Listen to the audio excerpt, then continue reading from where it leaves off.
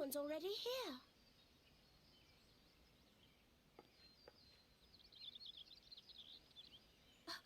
Oh dear. Is that a sword in the stump? Bad idea. Really bad idea. It takes a lot less than that to incite the green wrath, you know. Why, the first time I came to the Twelves Wood, we almost ended up as a train's dinner, just for crashing our airship in the wrong place. No, It was all Papolino's fault, of course. Though, he'd sooner swallow his staff. You know her, Kuplo Cop? Well, not exactly, but we did once share a carriage. Isn't that right?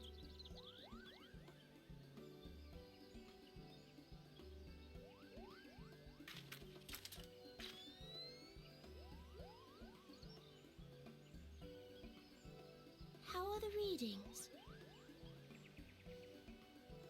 Same as the last. There is a disturbance here as well, and newly manifested at that.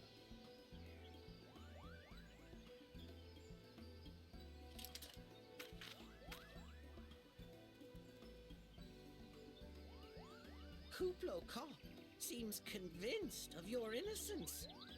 But if this isn't your doing, whose is it?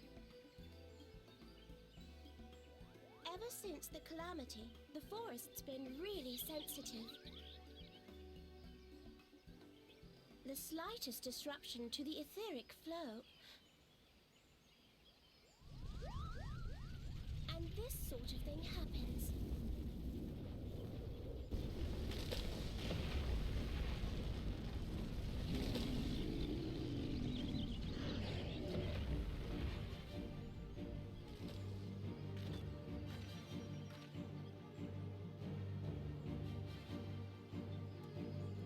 It seems we have little choice.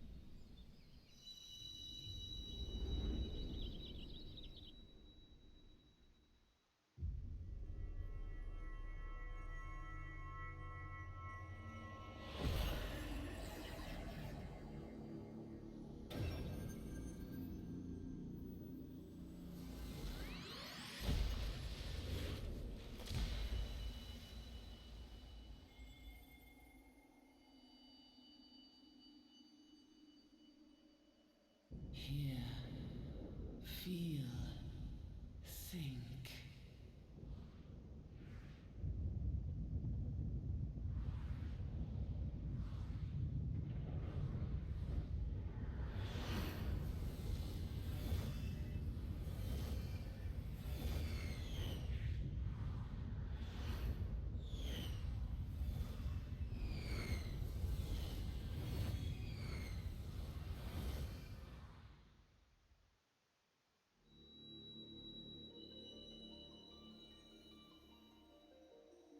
Crystal Bearer.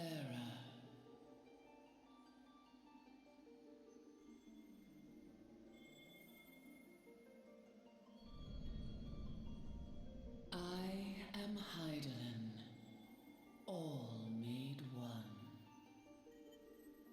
A light there once was that shone throughout this realm, yet it hath since grown dim. And as it hath faltered, so hath darkness risen up in its stead, presaging an end to life. For the sake of all, I beseech thee, deliver us from this fate.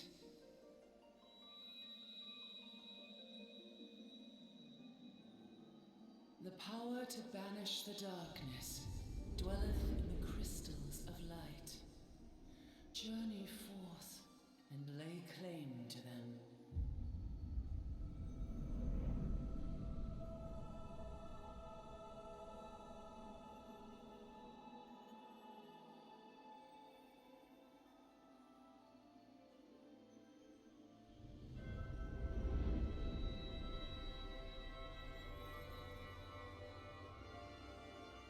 By thy deeds shall the crystals reveal themselves to thee. Only believe, for the light liveth in thy heart.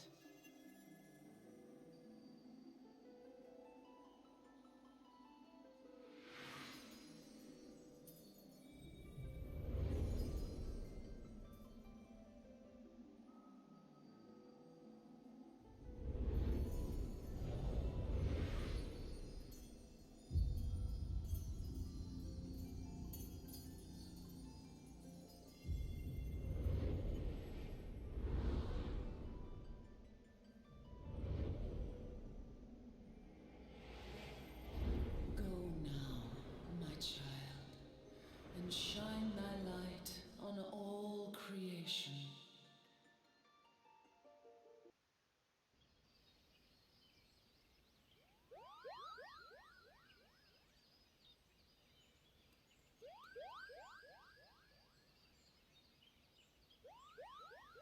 You fainted. A surfeit of ether, no doubt. And what have we here?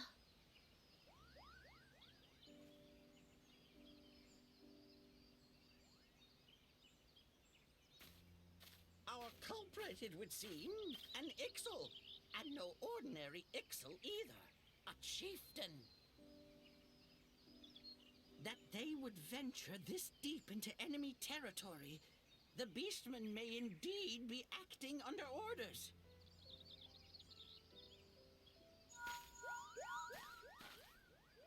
This is Papalimo. We found How the are we culprit. feeling then? It was an Ixal Better? chieftain. Good.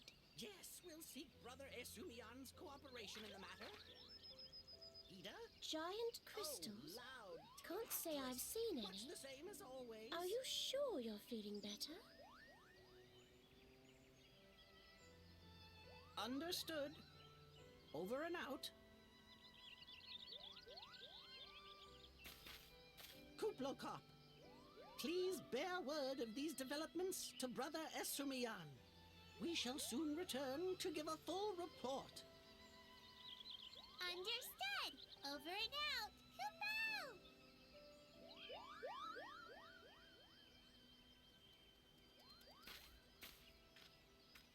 Here is where we part ways.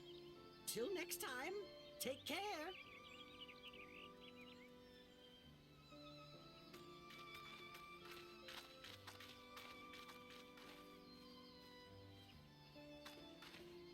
I think that sword might be a clue.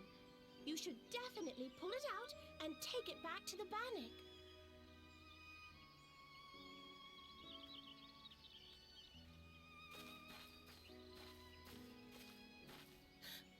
You don't suppose that adventurer could see Kuplokop, do you? And this occurs to you now? Yes, it seemed that way. Time will tell. Well, time will have to, because you won't. You never tell me what's really going on. Unless you don't know what's going on either. You'd like that, wouldn't you?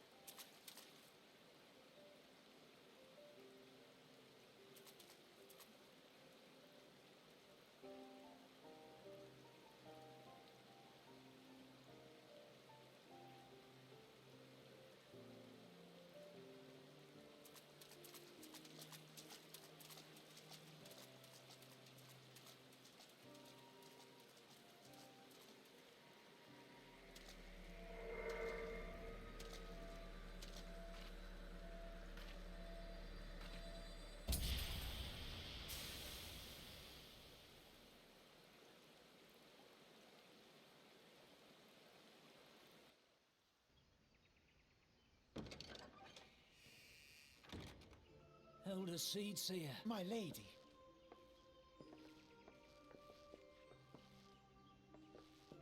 I am come to express my gratitude for your valiant efforts before the Guardian Tree.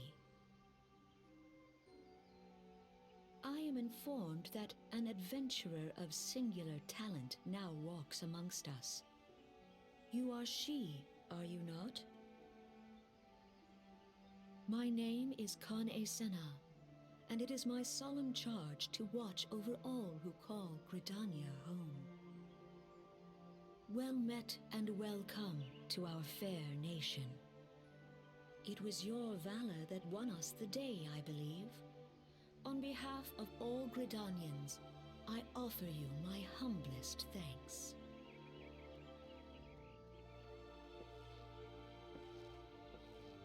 This gift I present to you as a small token of my gratitude. I hope that you will ever remain a friend to Gridania. Green Bliss is coming. It is an age-old ceremony to renew the bond between man and elemental. Over the centuries, it has blossomed into a joyous festival encompassing Gridanians from every walk of life. I should be most gratified if you would participate in the ceremony as emissary. Oh, such a great honor. I look forward to seeing you on that most joyous of days. Till then, fare you well. May you walk in the light of the crystal.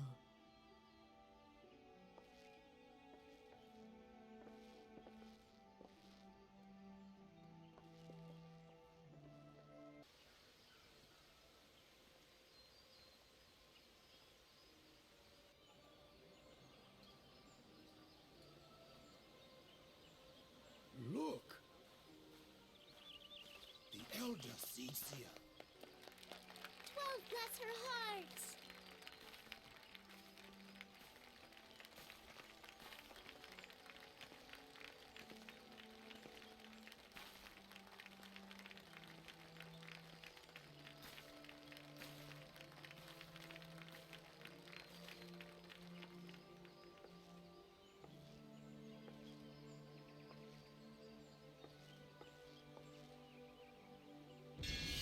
May she find favor with the elementals.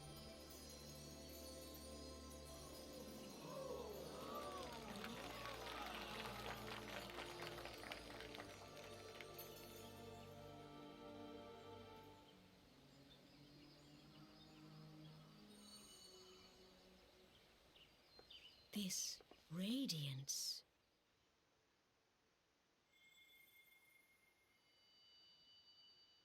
Could it be a crystal of light?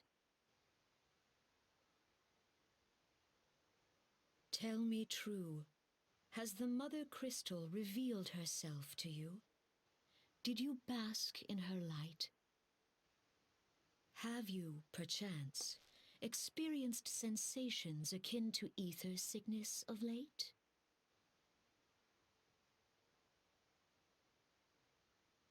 That Hydaelyn would speak directly to this woman. There once were dauntless adventurers who fought in the name of Eorzea. When the primals threatened to bleed the land dry, these brave men and women rose to face them. When the Garlean Empire resumed its war of conquest, they rushed to the realm's defense. And when it was foretold that Dalamud would fall, they fought with all their strength to deliver us from certain doom. Yet as strong and as brave as they were, they, like so many, disappeared amidst the flames at Carteneau. None have forgotten the heroes who gave all for the sake of a realm not their own. Yet when we try to recall their names, we find the pages of our memories are blank, as if bleached by the sun. And when we try to recall their faces, We see them only in silhouette, as if they stood betwixt us and a blinding glare. Hence have these heroes come to be known as the Warriors of Light.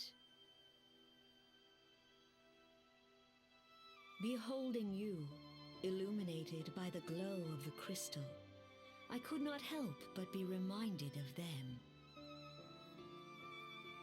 The crystal has chosen you for a purpose. Trust to its guiding light, and all shall be revealed to you in good time. Though none can say for certain what the future will bring, it is my belief that you may yet play a telling role in the tale of this great realm.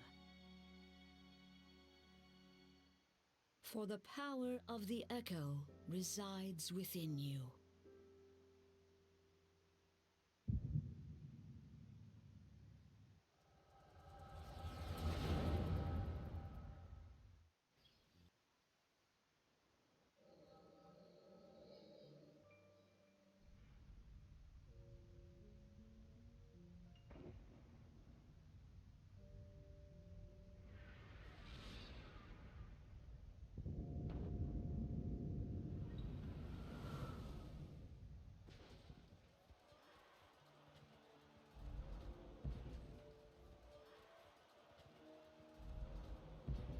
Flames to the fore!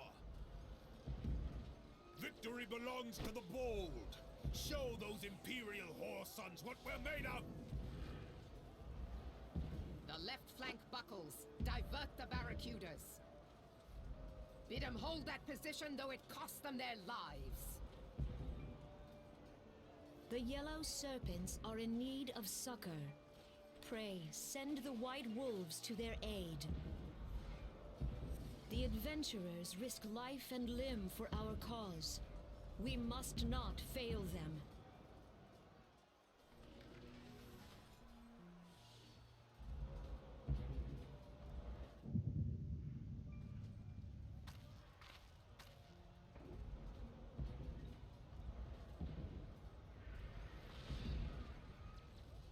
Is aught amiss?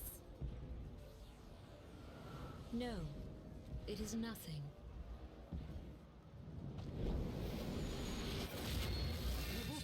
Bloody hells! The barrier won't go down so easily! Eyes forward!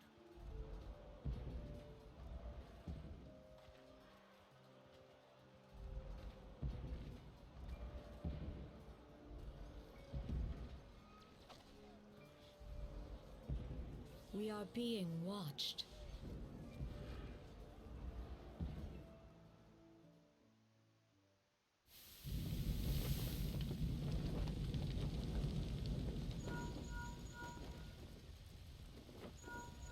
Raging Bull, calling Bloodthorn! Bloodthorn, respond! Respond, damn you!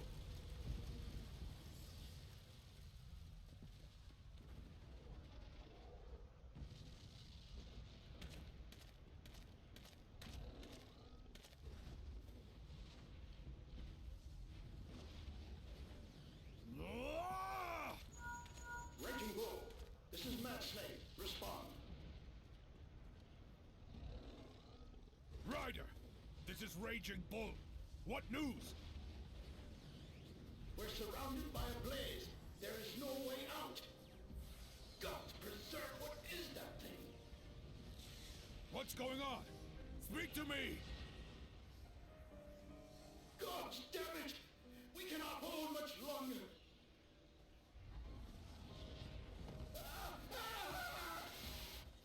Mad Snake! Mad Snake! Answer me!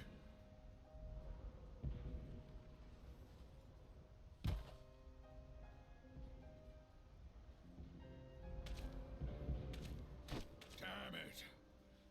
Damn it all to the seventh hell! What of the barracudas? Can they not be reached? Sorry, Admiral. Shell's not working. What of our own? I cannot say, my lady. That monstrosity appears to be disrupting our communications. We must keep trying. Call till they respond. Yes, my lady. Admiral, General, we can do no more. We must give the order to withdraw. I will not forsake Louis Soir. General, please. Victory may belong to the bold, but there will be no victor this day. You know this to be true. Let us not sacrifice lives in vain. The adventurers fight bravely, but to no avail. Let them withdraw, and let us be the ones to stand with Louis Soir.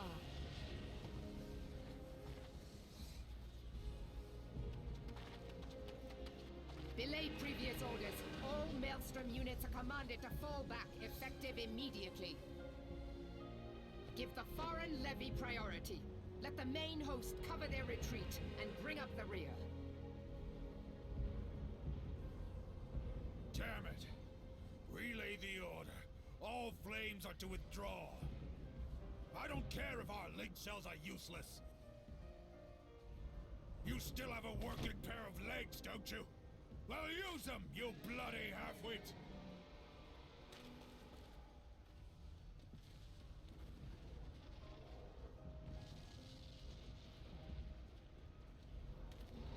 The outcome of this battle was long since decided.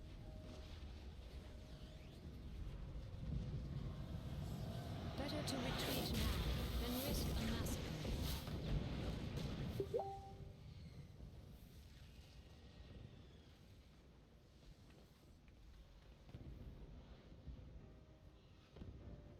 This dark, stifling presence. Who or what?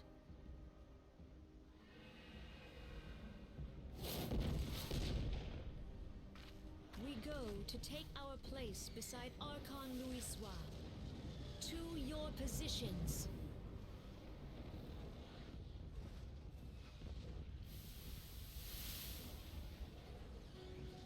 Kaspamul, Soginin Moise Tonsul.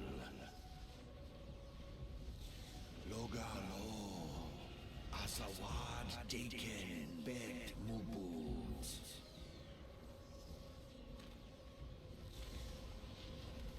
Imeratwe, Kiskat Toga Hearts Wadadorns. Seasoning Fisdun the only Lamrai Sadai Dorn.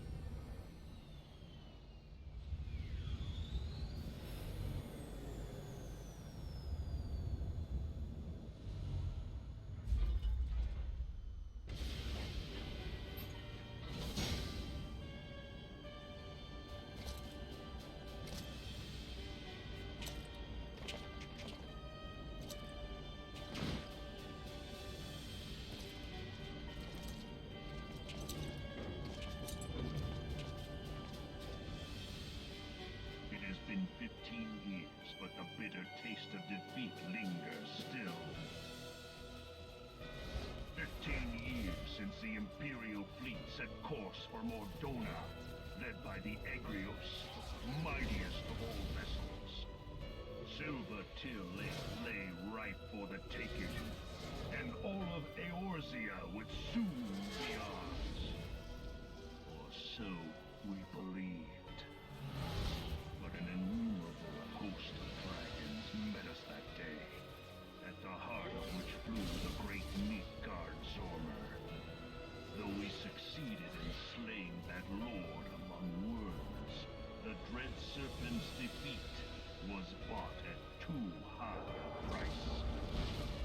Our invincible flagship was lost, and all hope of victory with her. So ended our glorious conquest.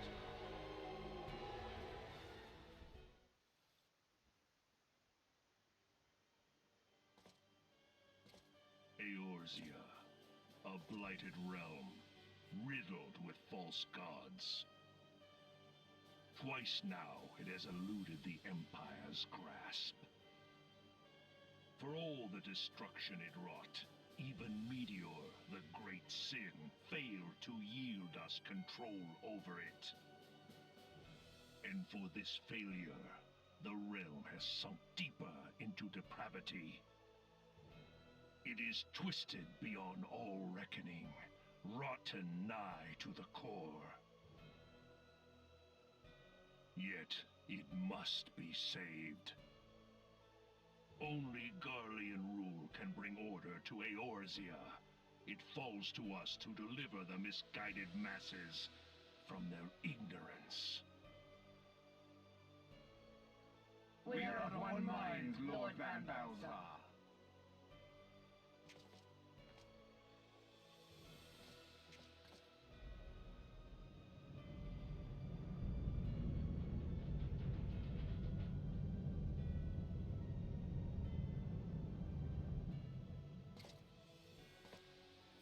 Senior engineers, please report to Magitech research following scheduled inspection.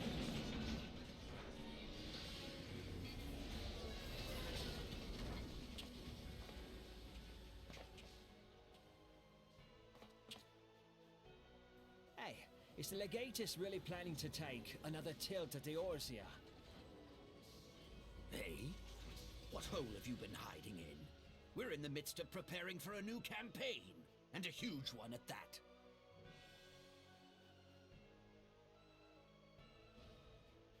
But I thought the Emperor had given up the Western lands for lost after Cartano. What could the Legatus possibly hope to gain by acting alone? I sense you harbor certain doubts over the wisdom of the Legatus's plan.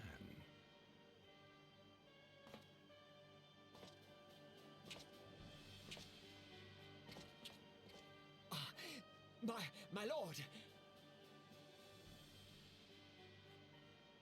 Please, call me Nero. Tell me, where were you born? Othard, my lord. Alamigo, my lord. Ah, codename Hummingway, I presume? I don't know what you... Silence. Your denials will not change your fate. I assure you, Frumentarium sees all.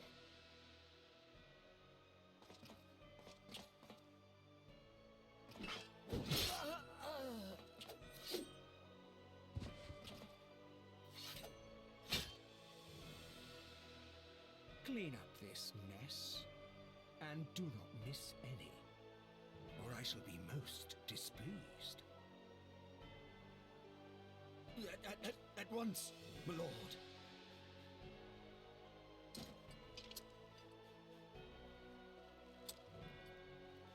Garland, soon you will be made to know the true power of Magitech.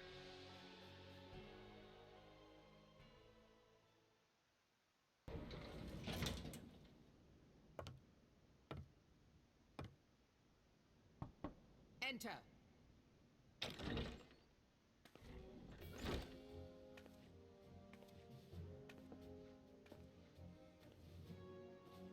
I did not expect the Gridanian envoy to be an adventurer. It speaks highly of your character that the Elder Seedseer would choose an outsider to represent her nation's interests. This way.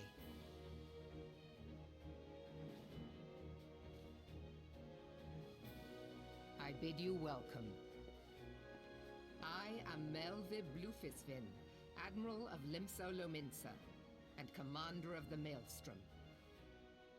Now, what news from the Black Shroud?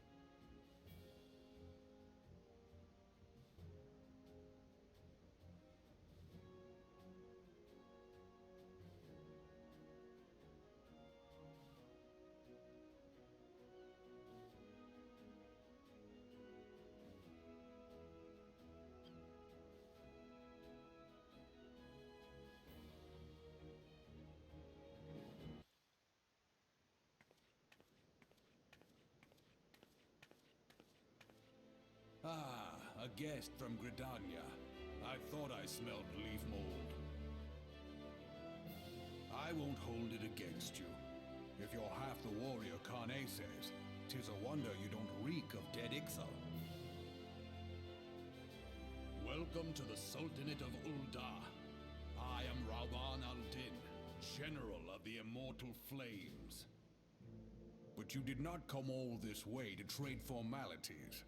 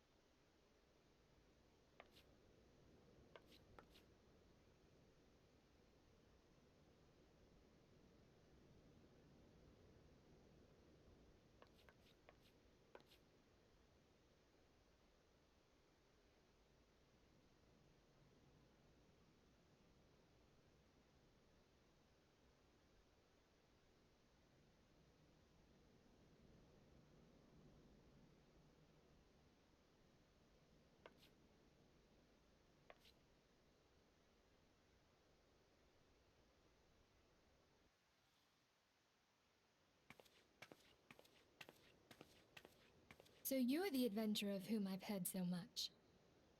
Well met, friend. My name is Minfilia, and I lead the Scions of the Seventh Dawn. I have awaited your coming.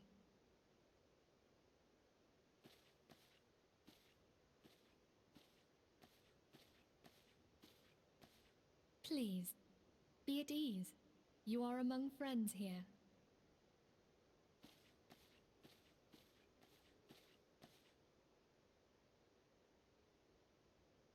No doubt you are ripe to burst with questions. But have patience. All will be revealed in time. First, let me begin by telling you who we are and what we do. We are the Scions of the Seventh Dawn, an order that transcends political boundaries. Our single objective is the preservation of the future of Eorzea. Among our gravest concerns are the godlike beings known as the Primals. Their existence is a bane upon Eorzea, nay, the world at large, and we have striven to find a lasting solution to the threat they pose. Our order is home to a number of individuals who, like you, possess a rare and special talent. This talent takes various forms, but one holds particular interest for us. Tell me, have you ever experienced a sudden, inexplicable loss of consciousness? Have you ever had the sensation of being pulled away from reality? Felt as though you were hovering in space, a mind without a body? All these things are the manifestations of your talent. Yours is the power to transcend the boundaries of the soul, a power known as the Echo. The Echo allows you to pass through the walls of a man's soul and hear the resonations of his past. You will be there in his memories and see things as he saw them. You may even interact with that which you see, though you cannot change the outcome of events. For another blessing, the Echo will enable you to know a man's mind even if you cannot comprehend his words. In short, the Echo is a truly extraordinary power, and this power is strong within you. It is only a shame that we cannot use it whensoever we choose. That's right. I too possess the Echo. With that established, let us return to the subject of the Primals. So long as they exist, the realm cannot take so much as a single step towards true peace. Measures must be taken. Measures which transcend boundaries, be they of faction, race, language, or creed. And to do so, the Scions require the aid of those with our talent. Make no mistake, the Echo will be instrumental in dealing with the primal threat. Without it, we cannot hope to save the realm. I know not what it is you desire for yourself, nor what it was that first brought you to Eorzea. But I firmly believe that the power we possess was given to us for a purpose.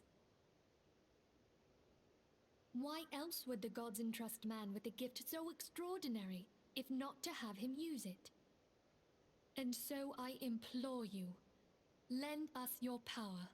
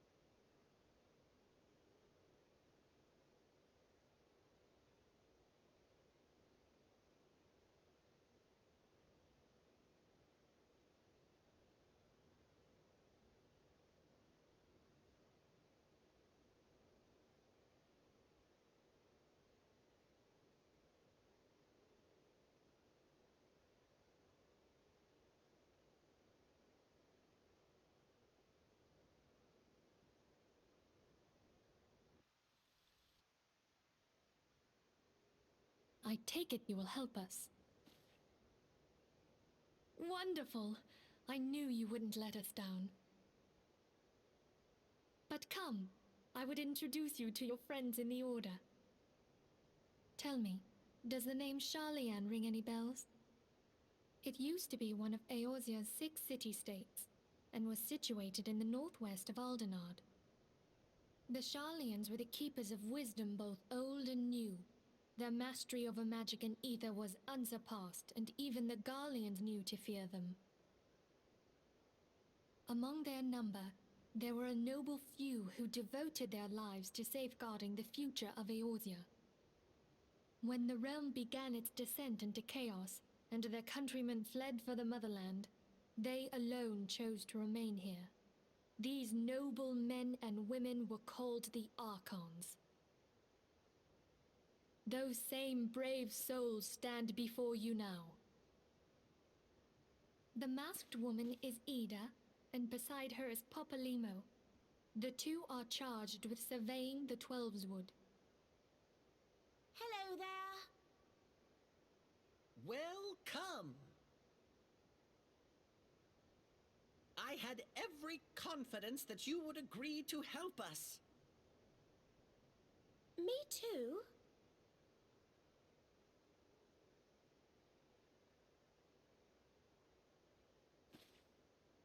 Okay, my turn to introduce someone. That there is Thancred.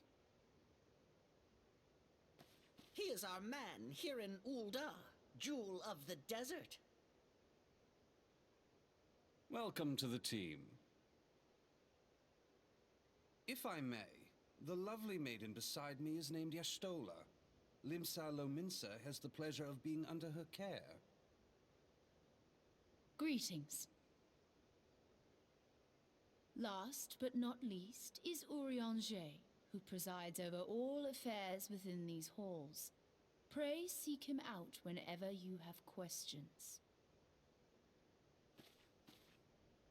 Dawn may banish even the darkest night. The words of a dear friend. I am glad of our meeting. At the Battle of Carteneau, our leader was taken from us. But we did not stray from our purpose. We sought out Minfilia and others with her talent, and together established the Scions of the Seventh Dawn. Along with the Archons, those blessed with the Echo play a pivotal role in our endeavor to forge a brighter tomorrow for the realm. Oh, I should also introduce you to Tataru, our clerk. She ensures that everything runs smoothly. Pleased to make your acquaintance. In time, I hope you will come to think of us as family. But without further ado, I would assign you your first task. Urianger, have the documents arrived from the students of Baldessian? Aye, my lady. They arrived but recently.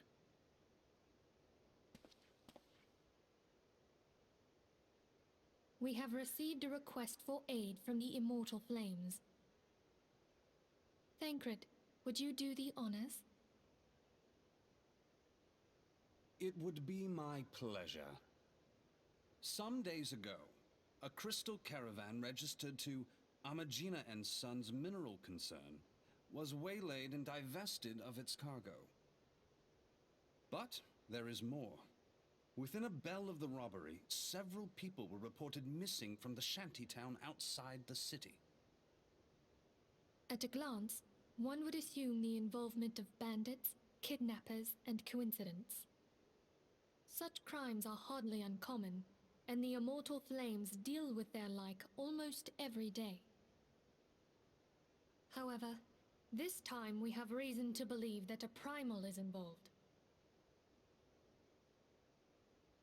Aye, the evidence left behind implicates the Emolja, who are known worshippers of Ifrit.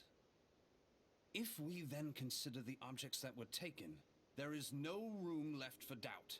The crimes were committed in the name of a primal. That you may better understand the nature of our struggle with the primals, I would have you play the leading role in this investigation. You have my thanks. If there is aught you wish to know, I recommend you speak with Thancred. He is well versed in the affairs of Ulda. Ever at your service, fair lady.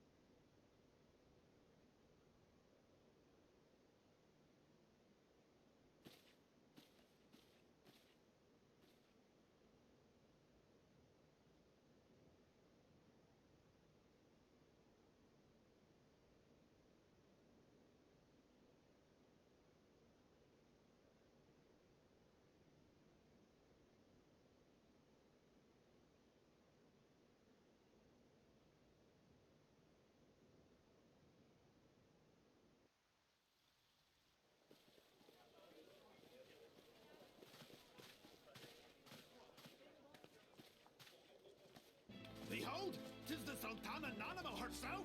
And Roban as well!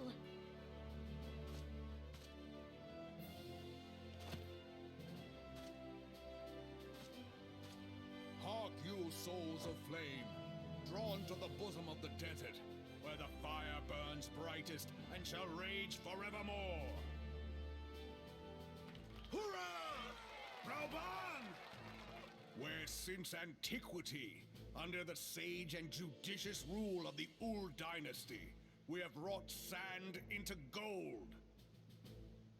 Where by the grace and glory of Nalthal have our brave sons and daughters flourished and prospered. I speak of Ul'dah!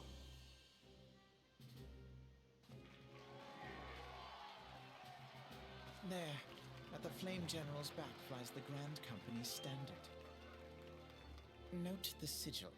The golden scales of order balance the jewel of prosperity with the flame of might. Great and many are the gifts our nation has given the realm. In Eorzea's darkest hour, on the killing fields of Cartano, none spent more in blood and gold than we. Thus was the 7th Imperial Legion laid low. So that's how it happened. How soon history forgets. Yet many left our gates, never to return. Let us pray for our absent brothers and sisters, that they might know happiness in the great beyond, as Thal's honored guests. If the fates were fair, the price we paid that day would have bought us victory. Alas, they are not. And now, but 5 years into this 7th Umbral era, the spirit of sacrifice which granted us our strength is all but dead. Look around you. What do you see? A people divided, downtrodden, and enthralled. Where are the merciful alms of the rich? Where is the just steel of the righteous? I ask you, is this the great nation our brothers and sisters gave their lives to save? You who call this living, dishonor the name of the immortal flames. It is but a slow death. Our enemies surround us. The savage hordes of the Amalja wait beside our roads, strangling the lifelines of trade. Meanwhile, the Garleans make mock of our borders and despoil our land of its natural wealth. We stand on a precipice, yet we do not act. Whether trader or soldier, monetarist or royalist, all must recognize that a divided Ul'dah stands to fall. Victory and fortune walk hand in hand. Ye who seek glory and wealth, look not to what little you can snatch from your neighbor, but to the boundless wealth of the world beyond. Now is the time to unite. Now is the time to ride forth. In the name of the Sultana, I beseech you. Line not your own coffers, but those of the immortal flames. Seek not to prosper from Ul'dah, but to restore her to prosperity. As the realm prospers, so shall Ul'dah. As Ul'dah prospers, so shall her people. Yeah, for Ul'dah! Together we are one.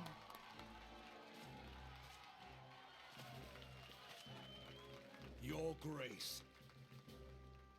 Rauban?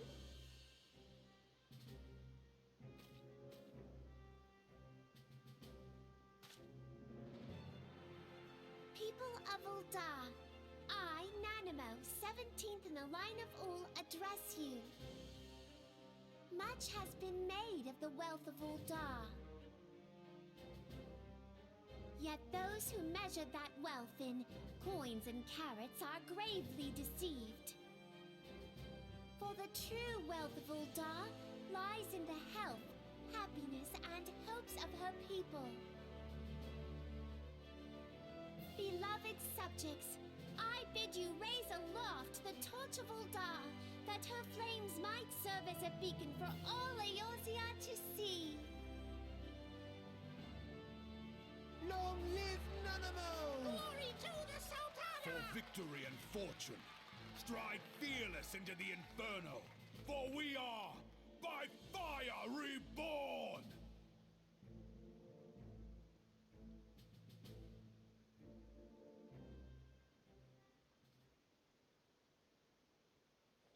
Forsooth! The time is now! I believe... If you'll permit me, Alfie no. And my sister, Alize, at your service. I saw at a glance that you were a fellow traveler. You might call us students of history, sampling the realm's remembrances in pursuit of enlightenment.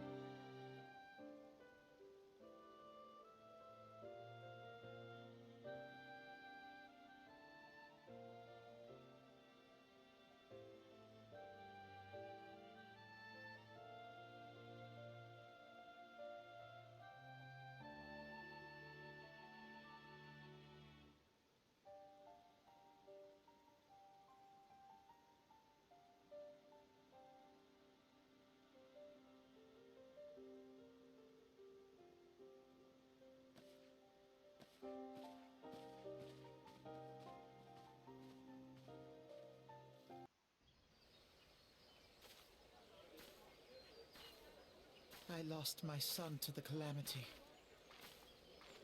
The three Seedseers are all together. Some say you couldn't take a step without stumbling over a body.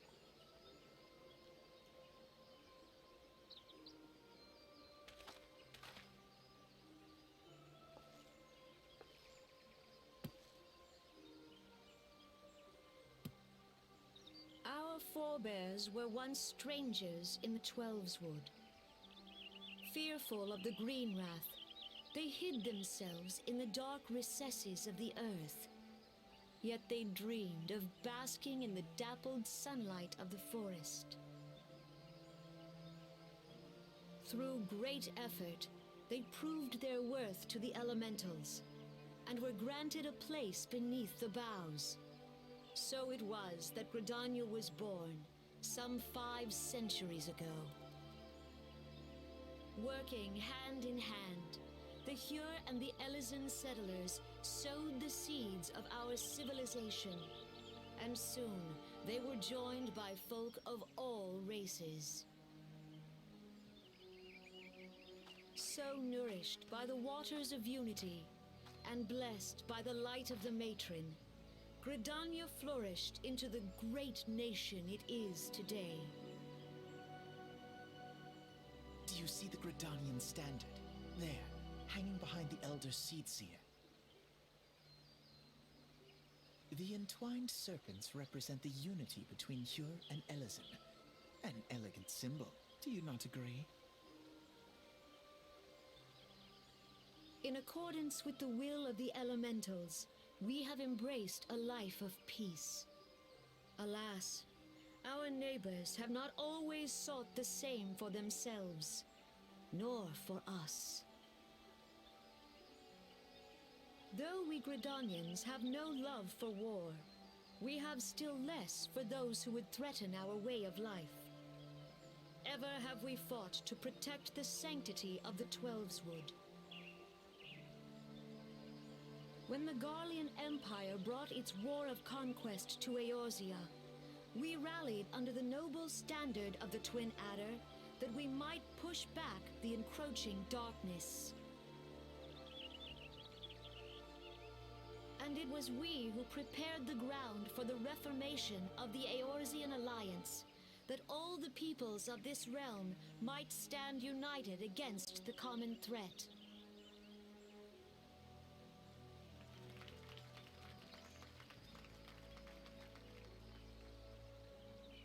"5 years ago, the Alliance met the armies of the Empire upon the fields of Cartano.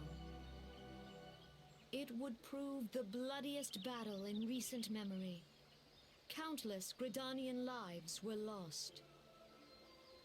As Supreme Commander of the Order of the Twin Adder, ever shall I bear the weight of our people's sacrifice. Alas, their loss was not the only tragedy to befall us that day, for soon came the calamity.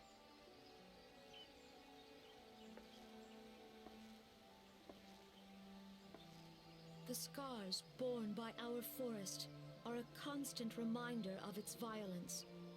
Our lives have been irrevocably changed, each waking hour a struggle to survive. Driven to desperation, some among us have strayed from the path of righteousness, resorting to banditry, poaching, and other unconscionable deeds. To compound our woes, the Ixal have returned in force, emboldened by our suffering.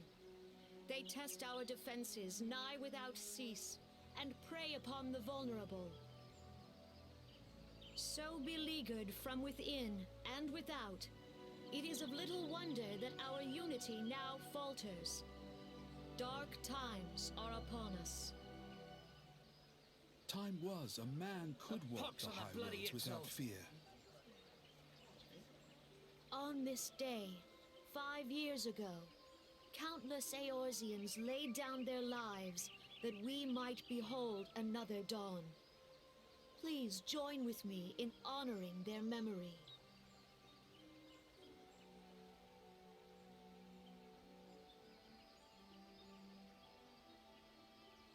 And how do you propose to honor the memory of those you cannot remember, pray tell?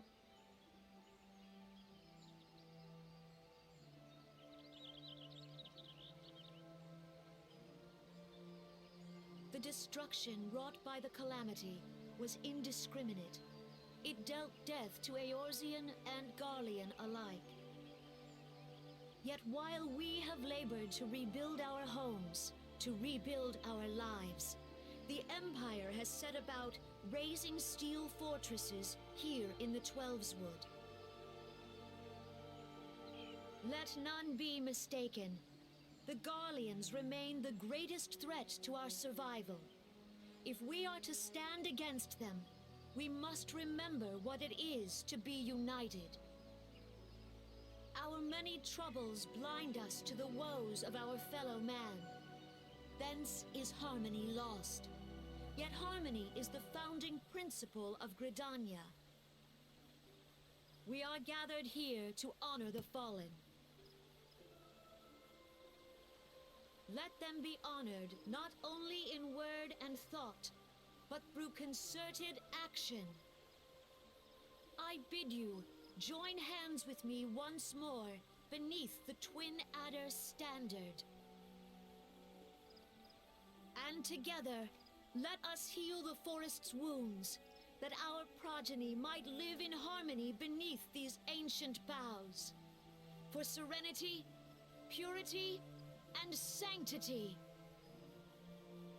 We must think of the children! Woods will be done. It's up to us to protect the forest. All the elementals!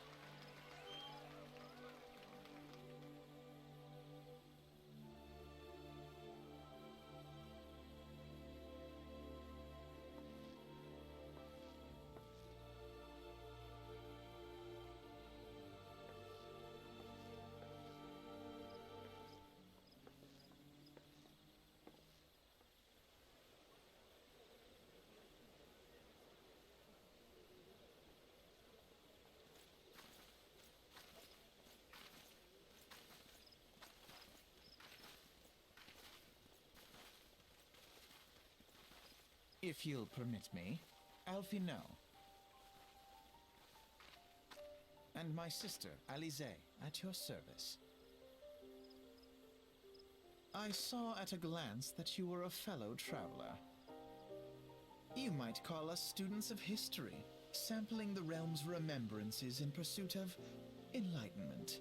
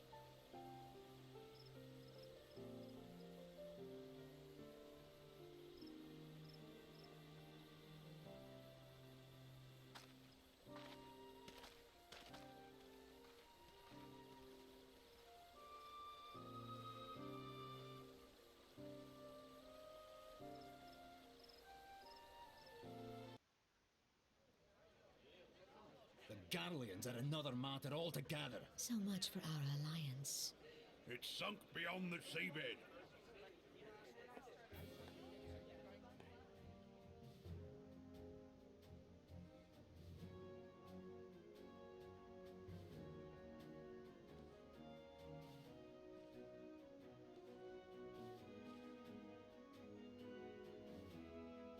Brothers and sisters of the sea, hearken unto me.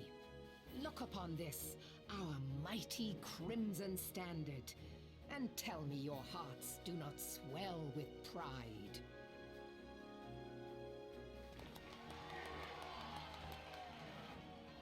"700 summers have come and gone since our forefathers first ran aground in this fertile bay. In that time, guided by the Mother of Oceans, Limsa Lominsa has grown from humble fishing village to uncontested ruler of the 5 seas and beyond.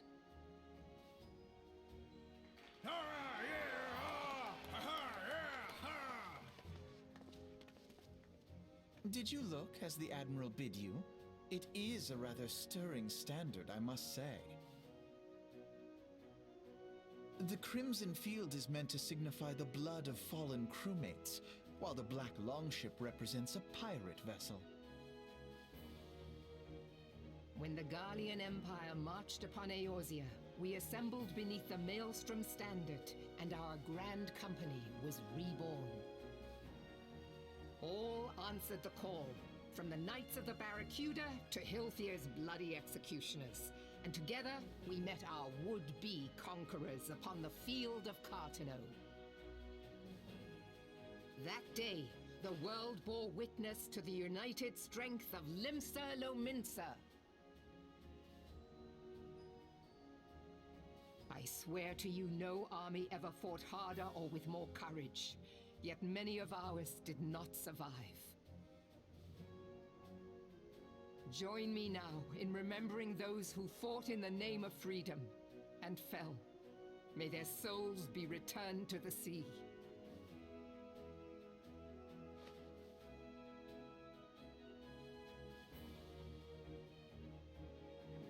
Freedom. Yes, they have always been rather fond of their freedom. Much as the beast tribes have. Small wonder. Beneath the surface, one would struggle to tell them apart.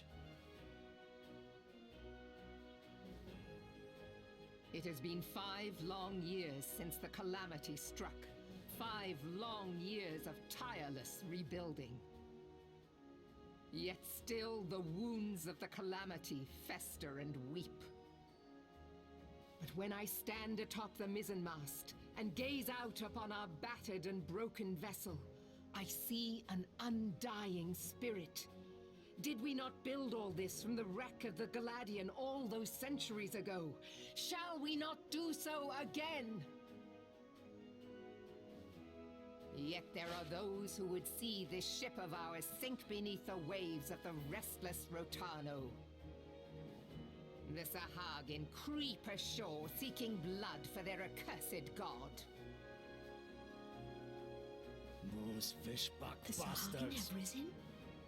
While the mines of Ogomoro spew forth kobolds who push ever south, despoiling our lands as they go. These savage beast tribes will be the first waves to crash against our creaking hull. And behind them swells the grim tide of the Garlean Empire. Even now the curs fly their flags within our borders. Doubt not, but that they will be upon us ere long. We are well nigh surrounded.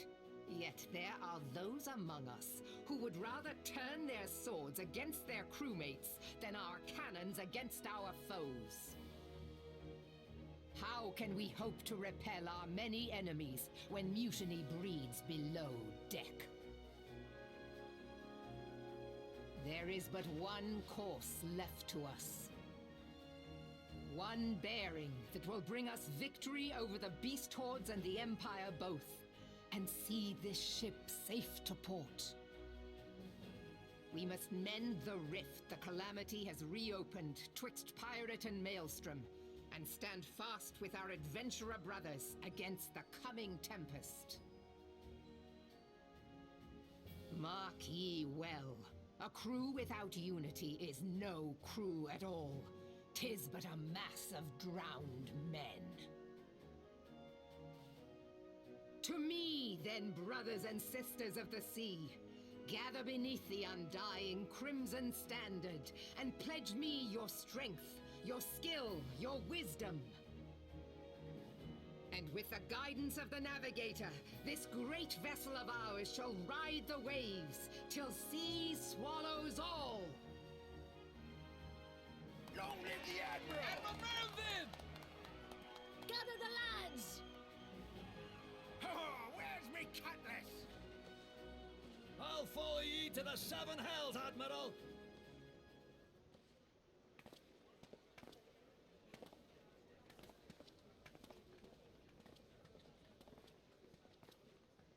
If you'll permit me, Alfie no.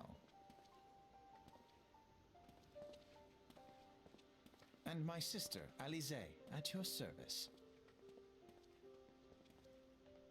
I saw at a glance that you were a fellow traveler.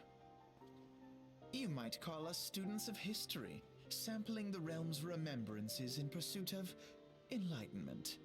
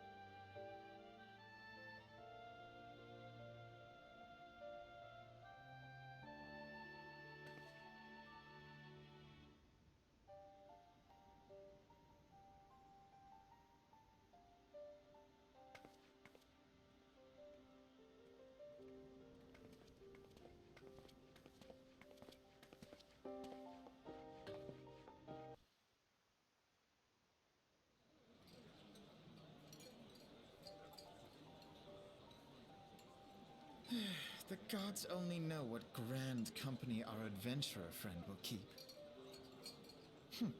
The wheels of change are in motion regardless.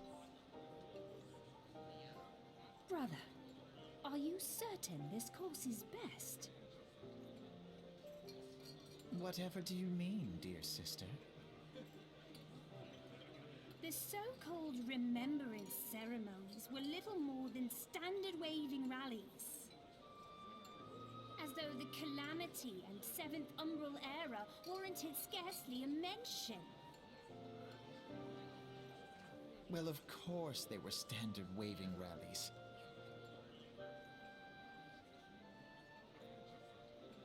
Since you are so observant, mayhap you noticed what mention was made of the Warriors of Light? None. I suppose they must have forgotten the heroes who spared Eorzea a fate worse than the Calamity? No, dear Alizé, they haven't forgotten these details. They have elected to omit them. Deep are the wounds the Calamity inflicted upon Eorzea. So deep, in fact, that the realm still bleeds. Needless to say, the beast tribes and their primals do little to alleviate the pain. So, the task of salving Eorzea's wounds falls to the scions of the 7th Dawn, with a little help from our friends, the Grand Companies. Remembrance will yield no remedy. If our world is to heal, we must put the horrors of the Calamity behind us. Our grandfather would never entrust the fate of the realm to despots who rewrite history to their convenience.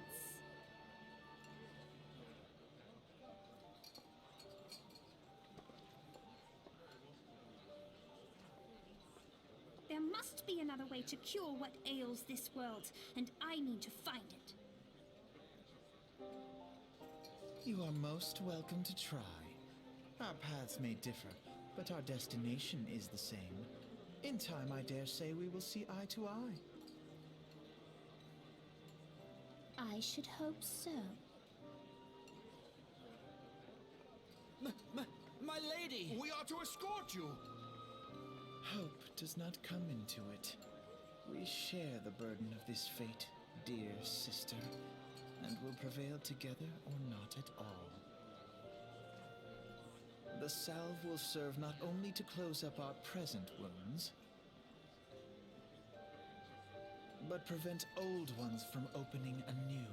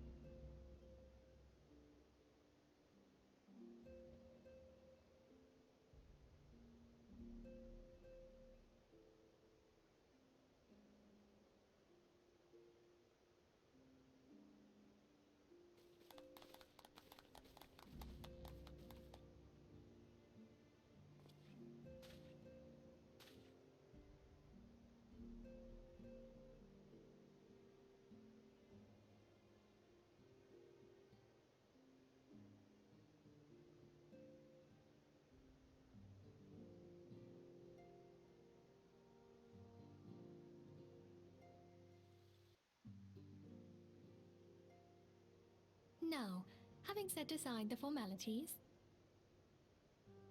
we have a favor to ask of you. Urianger, have the documents arrived from the students of Baldessian? Aye, my lady. They arrived but recently.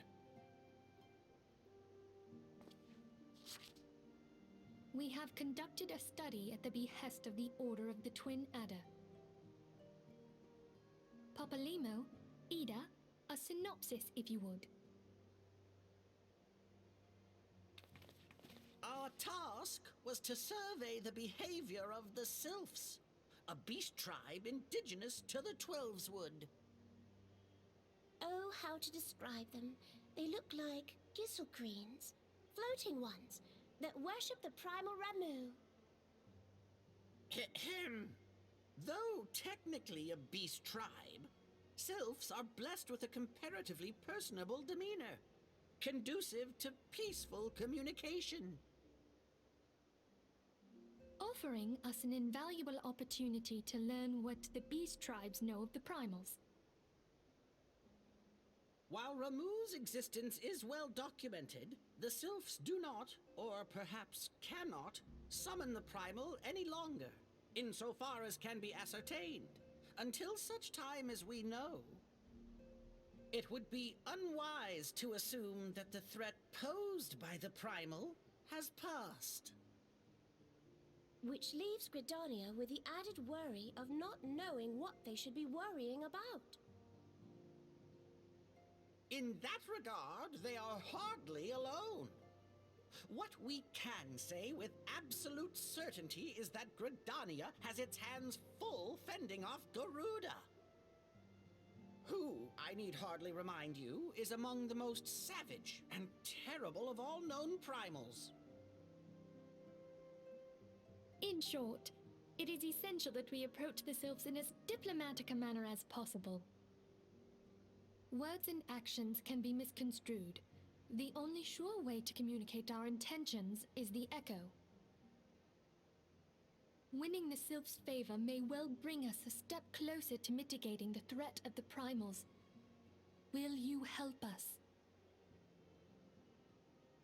I am grateful. Lovely.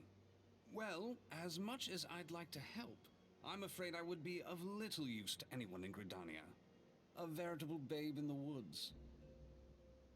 Ida and Papalimo, however, should be able to see the forest for the trees. Is that not so, Minfilia? Indeed. You are willing?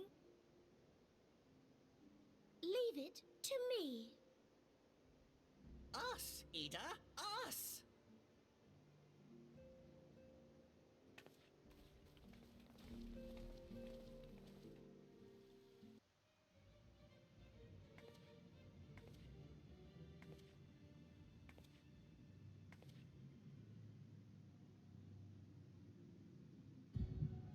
Darkness.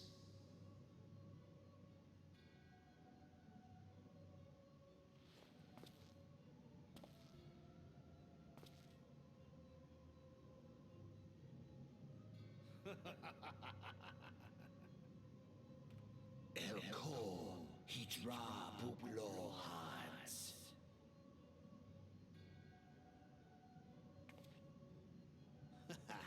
Seize Thagon Rajiadorn. Thagon well rogue. Tosan no Paiki. Mayhap I might if I deign to speak in my guest crude tongue. We meet at last.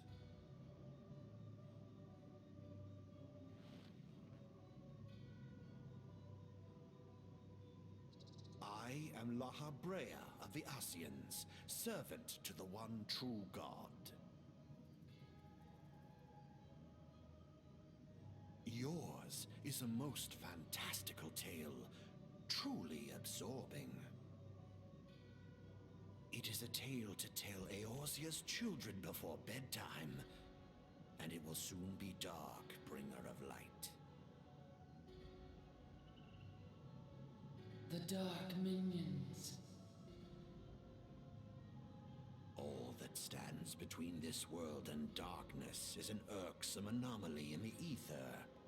The Echo. Yes, yours is a most fascinating tale. Alas, like all good tales, it must needs come to an end. But fear not.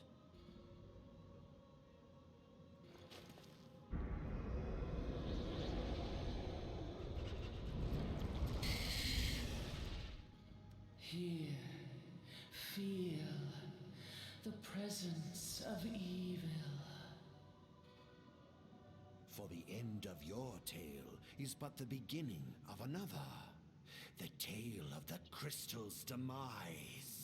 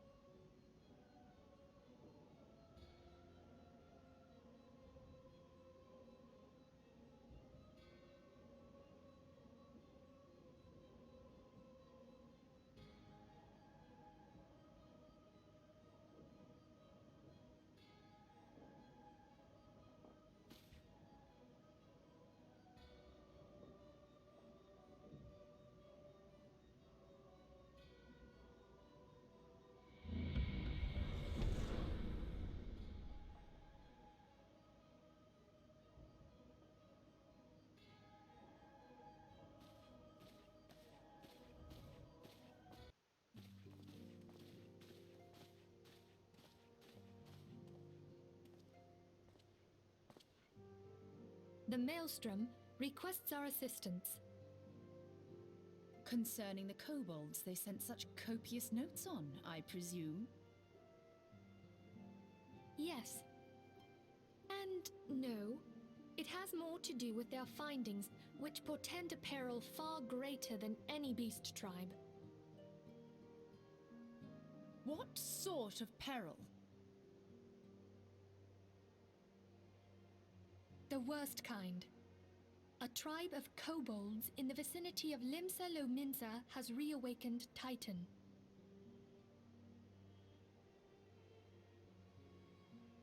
Our task will be to slay the Primal. The Maelstrom have sworn support for the endeavor. They are no strangers to the havoc kobolds can wreak. Years before the Grand Company's reformation, two primals, Leviathan and Titan, chanced to converge upon the sea wall, wreaking untold devastation. There, by the grace of the Navigator, were the mercenaries Mervip hired able to fend them off. Yet it did not take long for the beast tribes to regroup, and they summoned their primals once more. Thankfully, their second coming was decidedly short-lived, but that is beside the point. So long as tormented souls will them to exist, the realm will never be rid of primals. The Maelstrom has kept a watchful eye upon the beast tribes, and the kobolds in particular, ever since. Which brings us to the matter at hand. Unlike Ifrit, we know scarcely anything of Titan. Unfortunately, the only force known to have bested him, the modestly named Company of Heroes, disbanded 5 years since, and mercenaries are not in the habit of keeping chronicles. Expect the worst. The Maelstrom's help is of course appreciated, but even if we had their whole armada at our disposal, we could still find ourselves overmatched. A pity the kobolds lack the gentle sensibilities of the sylphs. A peaceful resolution would be more than welcome. The echo will not avail you this time, I fear. If you are to survive, your steel must needs speak for you. No one would think you a coward were you to decline. So you will accept? Thank you. We can't very well send her to Limsa Lominsa without Y'shtola, can we, Minfilia?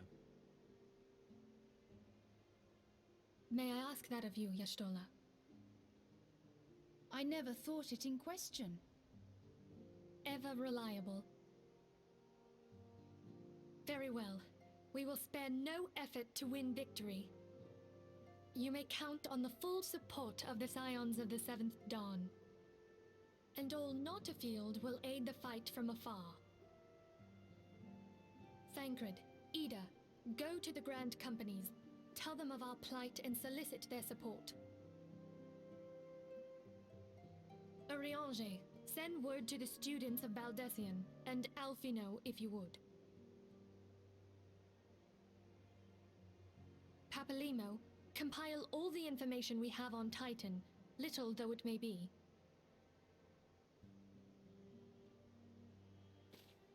You'll be apprised of the tactical situation when you reach the Sailor's Ward. Provision yourself for the journey. May you walk in the light of the crystal.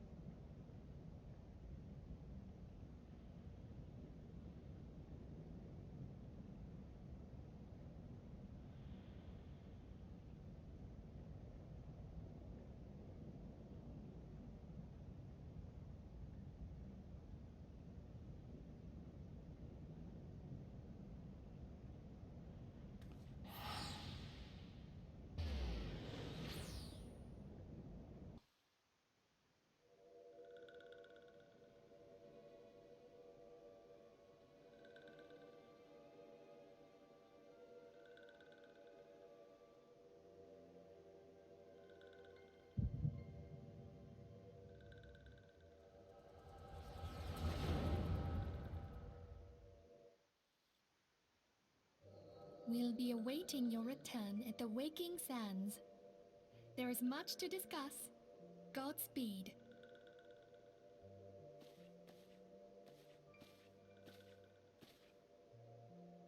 Thank heaven she is safe. Louisoire, do you see? Your light shines brightly in this one, and in time, it will illuminate the realm once more. Oh!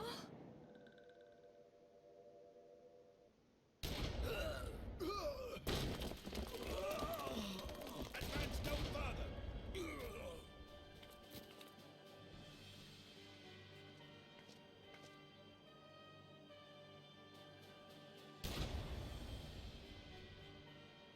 We have come for the one who slayed Ifrit and Titan. Bring her forth, and you may yet know mercy.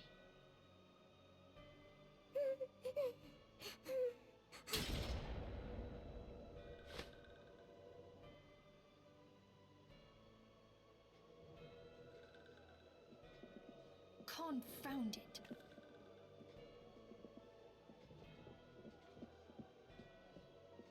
Stay out of sight. I would leave a message with you.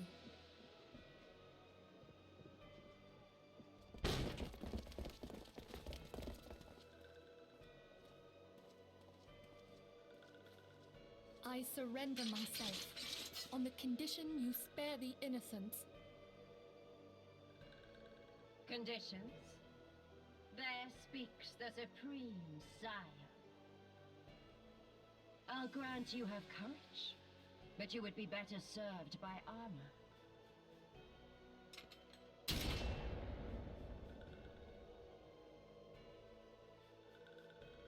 Search all you will. The one you seek is not here.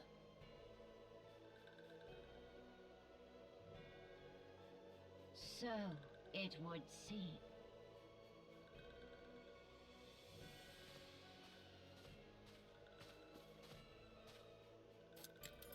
And yet you knew to look here. But how? Hold that thought.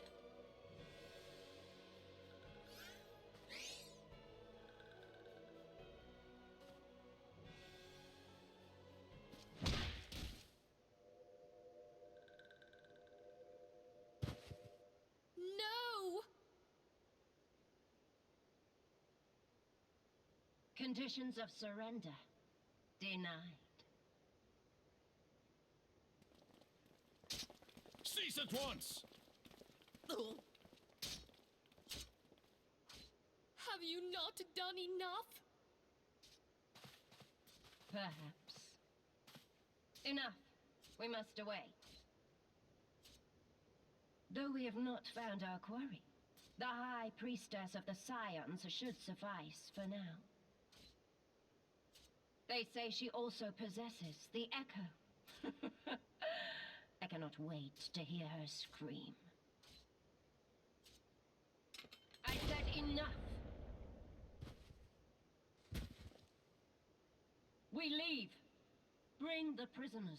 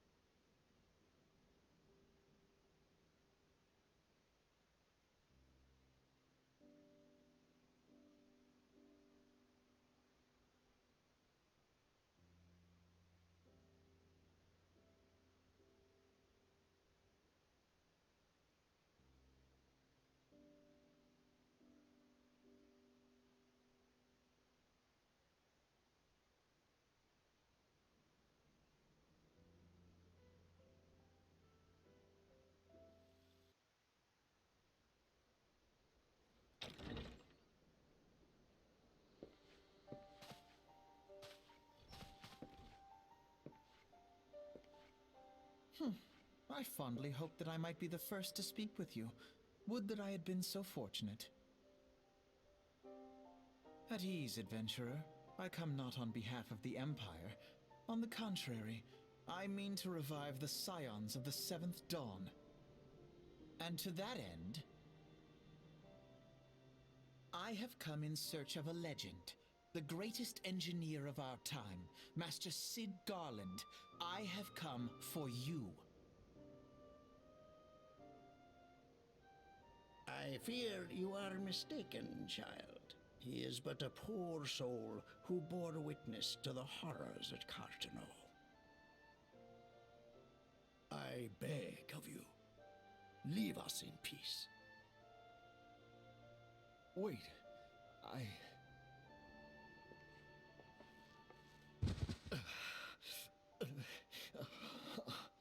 Hear me, Cid. Eorzea needs you.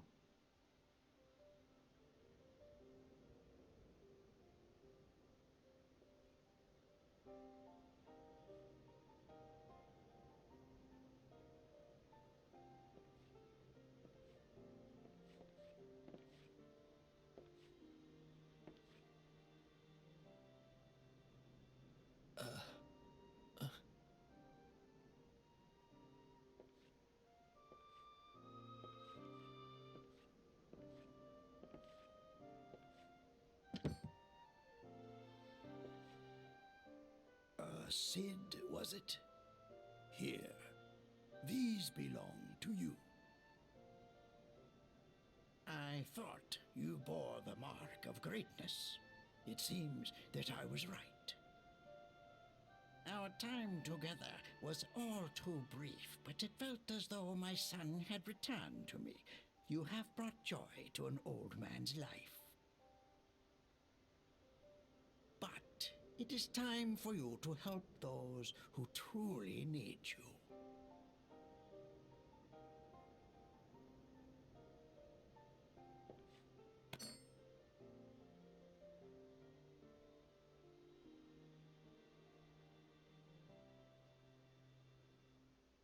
Who are you? Alphino Leveilleur, at your service. As a scion of the Seventh Dawn, I stand against our primal and imperial foes, as my grandfather once did. 'Tis no secret what befell our order at the Waking Sands. Word has already spread across Eorzea. The repercussions are far greater than you realize. In the wake of the calamity, the three city-states focused their efforts solely on reconstruction, leaving the scions to combat the primal threat unaided.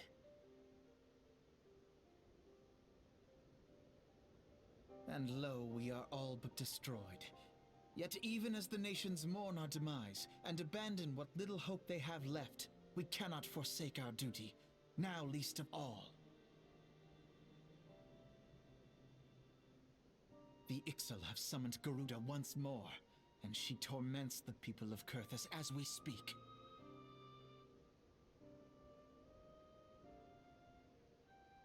Her appetite for destruction far exceeds that of other primals. Worse, in her present incarnation, our Baldessian colleagues believe she surpasses both Ifrit and Titan in strength. Yet, therein lies an opportunity. Were we somehow to defeat Garuda, it would serve as a warning to the other beast tribes that even their mightiest gods can be felled. If we are to face our foe, we must first circumvent the tempest that shields her sanctuary. And for that, we need an airship. Your airship, Cid. I have an airship? Yes, Cid, you do. Your very own airship. It was last seen in the skies over Gridania, not long before the calamity, so let us begin our search there. An airship? My airship?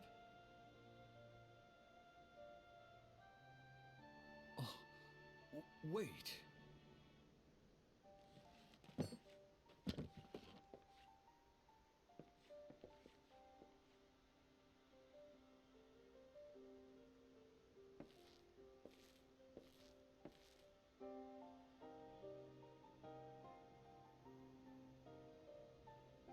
Come, let us put an end to the primals.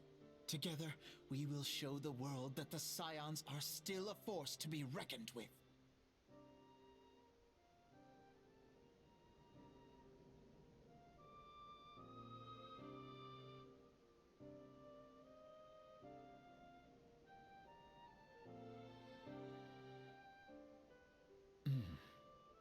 They need my airship.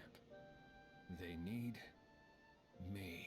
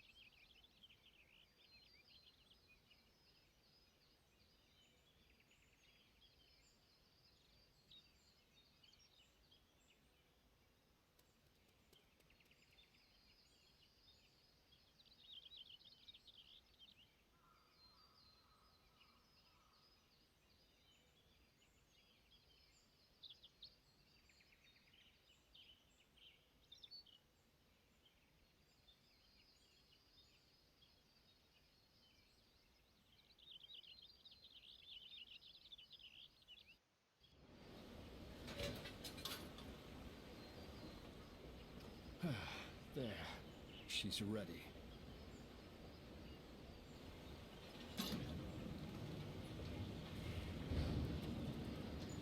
Ah, she stirs.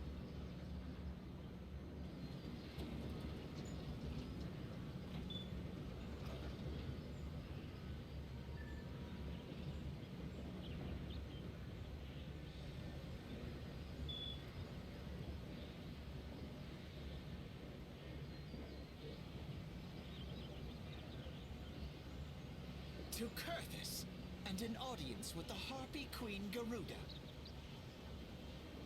Enterprise, engage.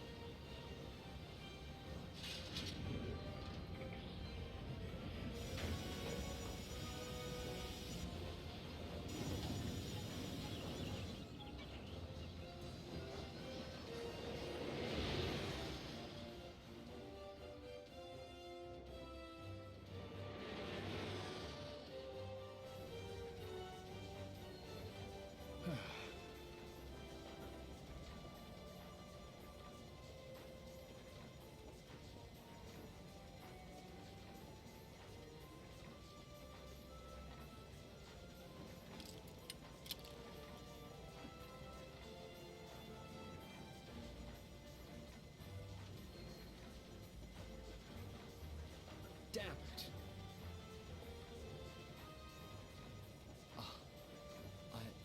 I once flew in this airship, and I was not alone. There were adventurers on board. Adventurers like you.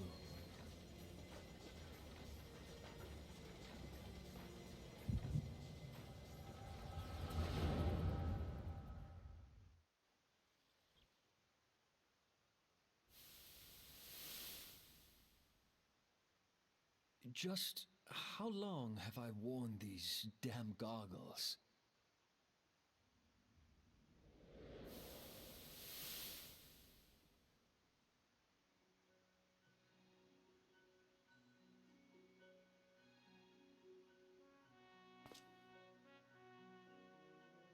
Yes, I fancied myself a trendsetter in my younger days.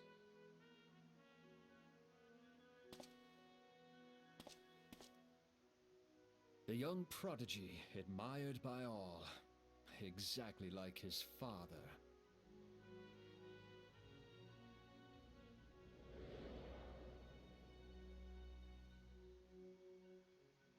Born and raised in Garlemald.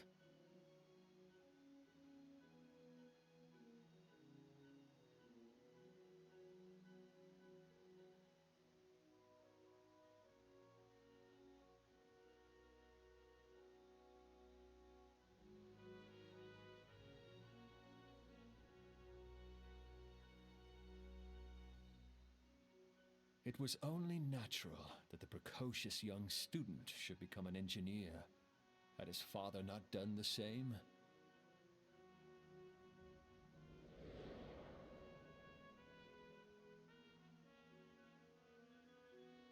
Father, when did we stop seeing eye to eye?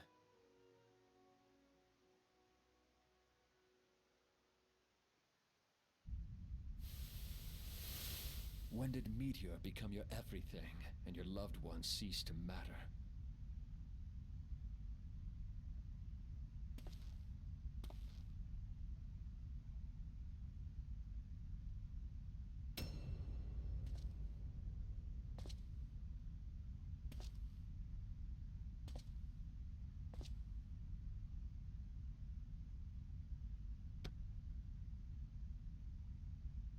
You abandoned us all, but he was there for me, Father.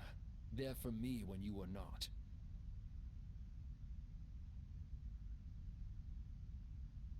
Though he proved no better in the end.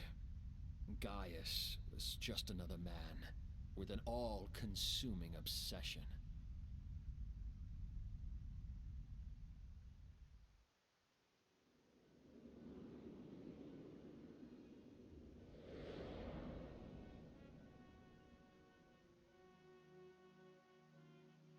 And so I ran, left the Empire behind and came to Eorzea, where I built the ironworks.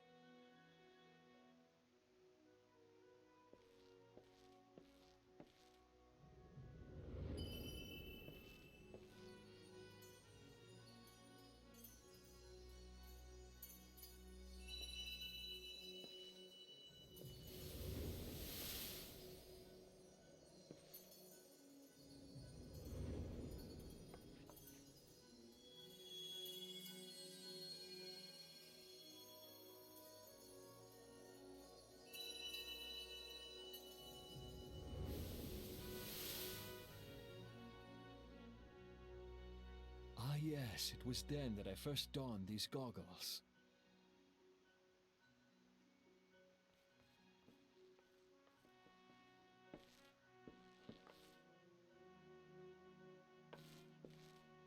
Eorzea opened my eyes.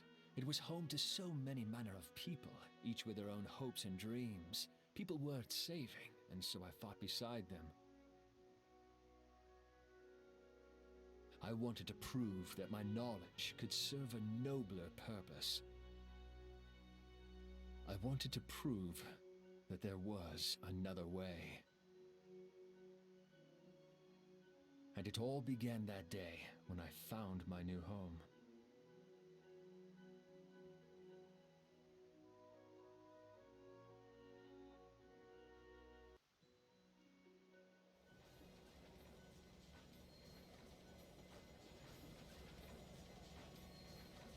I had forgotten how wonderful it was. The wind in your hair, the endless sky. That light. It was you, wasn't it? It's surprising how few people know this, but all pureblood Garleans have a third eye. Perhaps mine helped me recognize you, or perhaps it was just a lucky guess.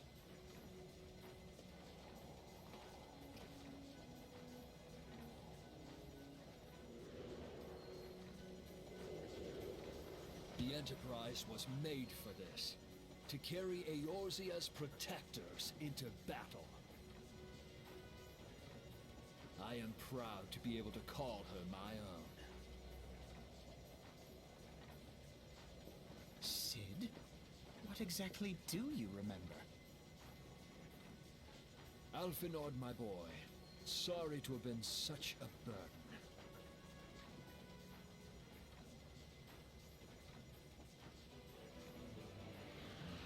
I remember everything.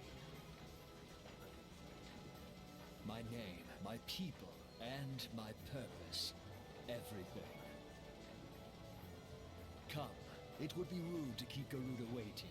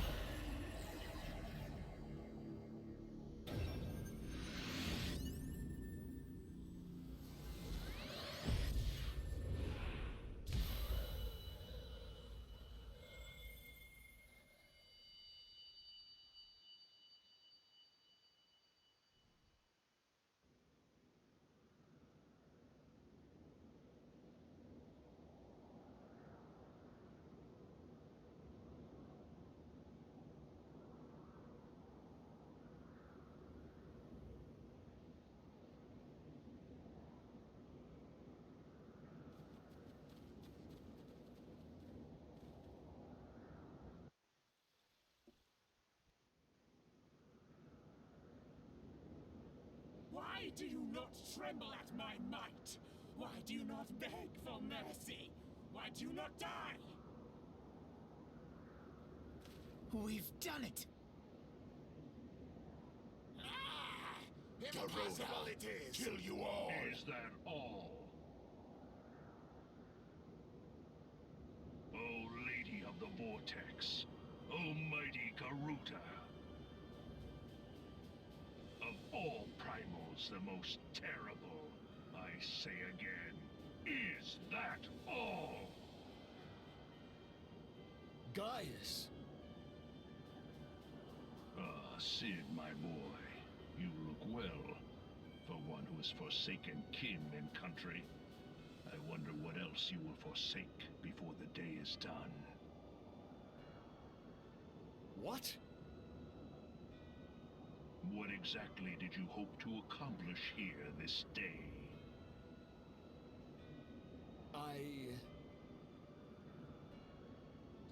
Well, I shall accomplish far more.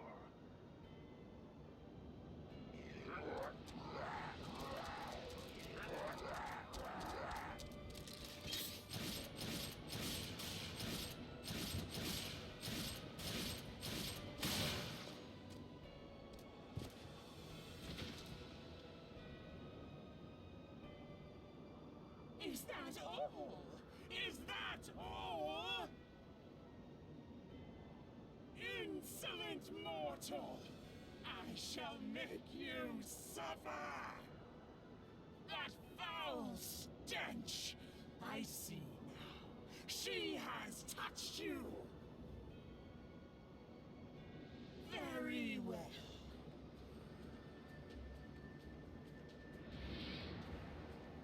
Seven hells, does she still mean to fight?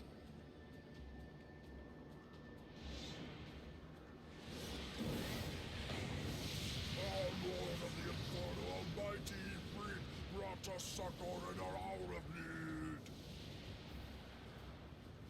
Save us, Titan, Lord of Crags! It hurts us so! The pain! The pain! What is she? 12 preserve. She cannot mean to...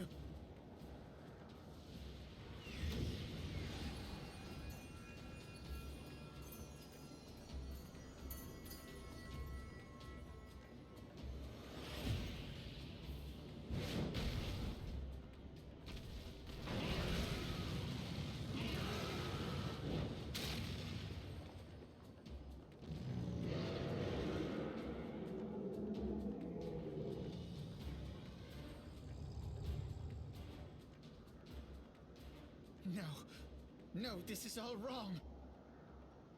Stop gawping, boy. We must run.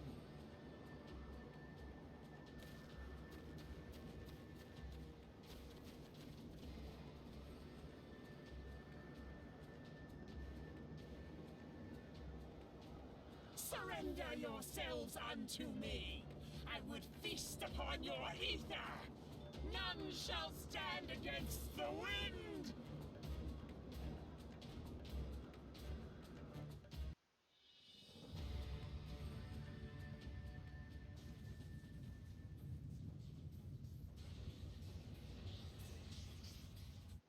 Bear witness to the glory of the Empire!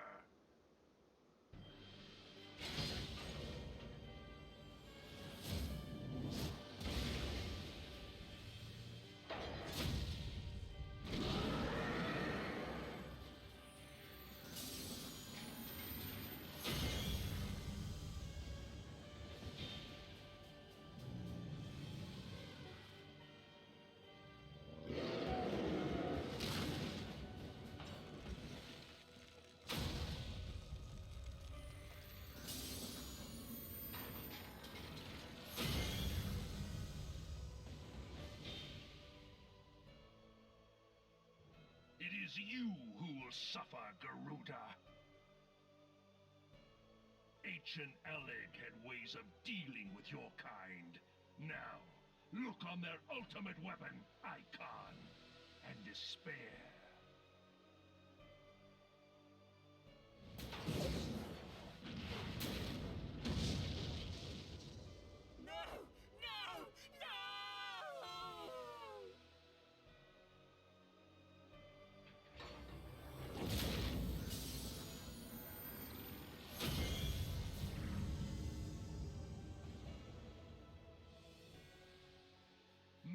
magnificent. It exceeds all expectation.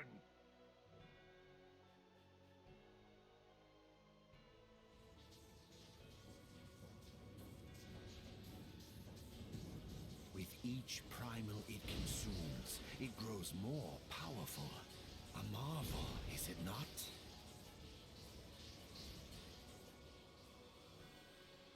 Such is the fate of those who oppose the Empire. There will be no warriors of light to save you this time. If your leaders are as wise as they are reported, they will surrender.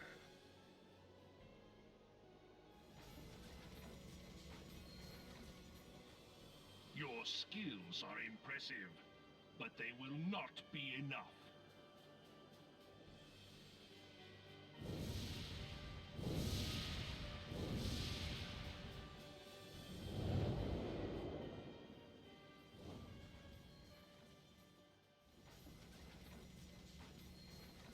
12, have mercy. What chance have we against such an ungodly creation? And who was that armored devil? That was Gaius van Balsar, legatus of the 14th Imperial Legion and Supreme Commander of the Garlean invasion force in Eorzea. Of course. The Black Wolf. How could I not realize? Grandfather mentions him in his journal. I was never so naive as to think the man would abandon his ambitions. But these developments are beyond my worst expectations. What have you been doing these past 5 years? How could something of this magnitude have escaped the Alliance's attention?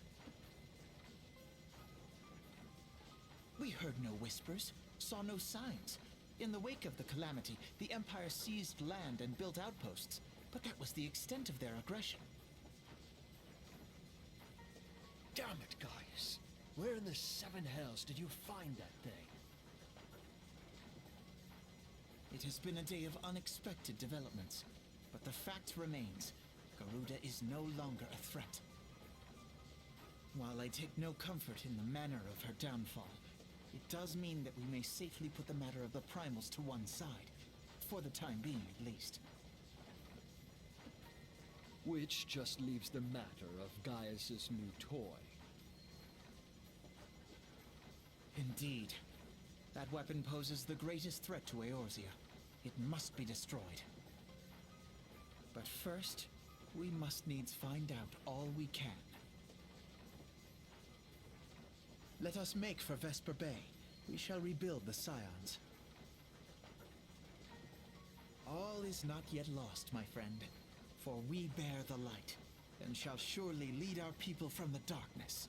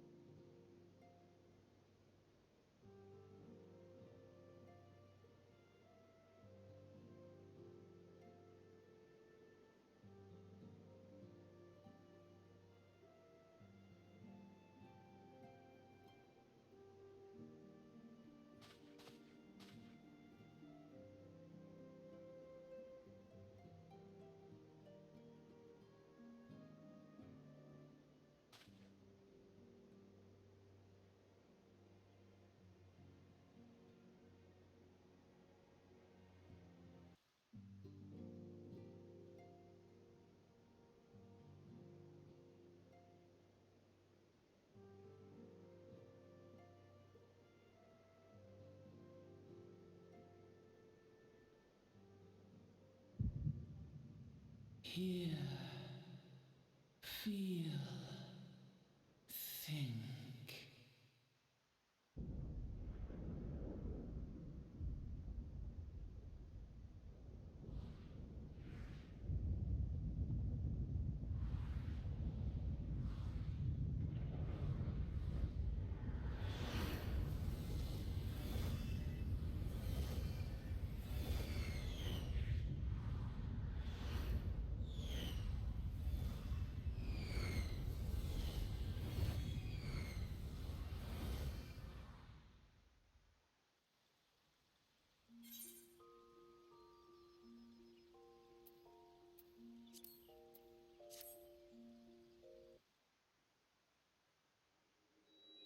Bringer of light, brave gatherer of the crystals, thy soul burneth bright. I am Hydaelyn, all made one. Hearken unto me now, for the darkness doth begin to spread. Wear thee the bearer of the crimson brand, for he is the avatar of shadow, whom death attendeth always. The crystals shall be thy salvation, thy blade and shield both. Steel thyself, for at the appointed hour thou shalt stare into the heart of darkness. Go with caution, my child, but fear not, for I am ever with thee.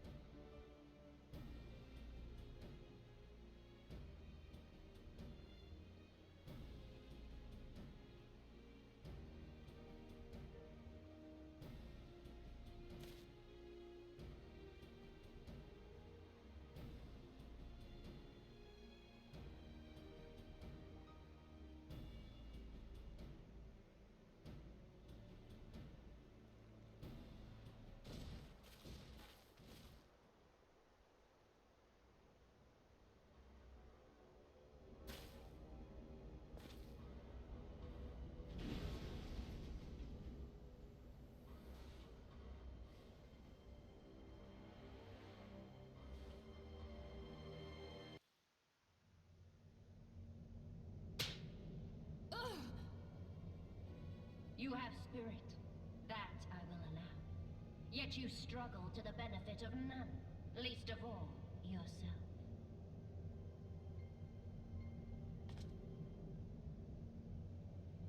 This echo of yours intrigues us.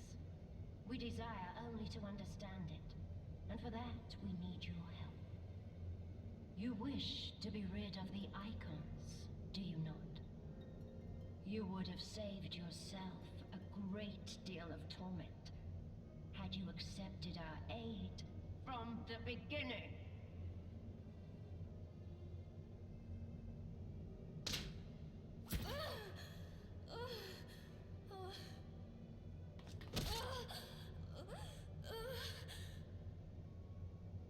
Tell me everything, and I shall end it quickly.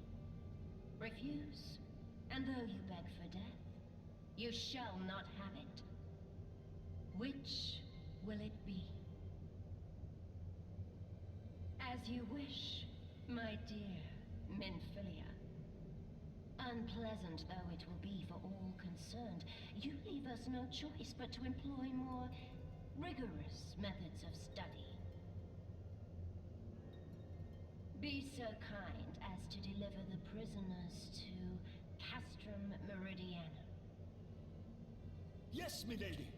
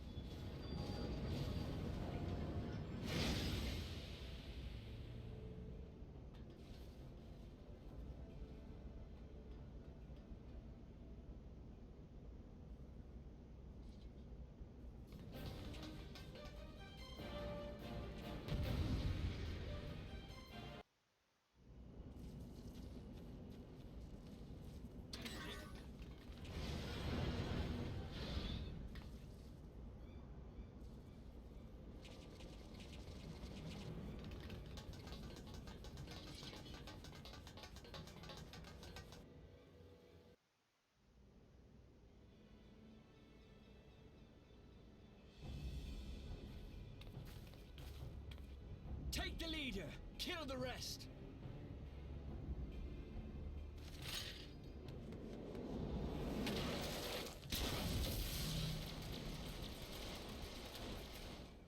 What the? The Astola! Pray, forgive us our delay.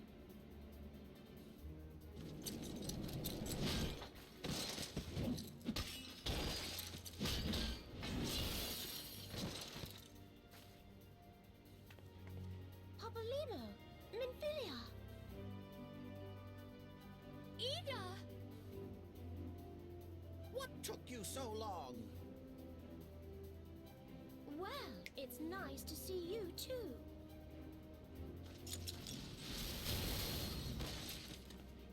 The reunion must wait. Right. First things first. Yes, let's get back to being heavily outnumbered.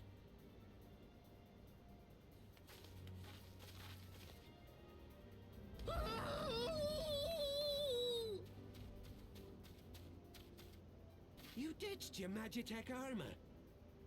Fool of a Lalafell! Well, excuse me. She's all yours if you think you can do any better.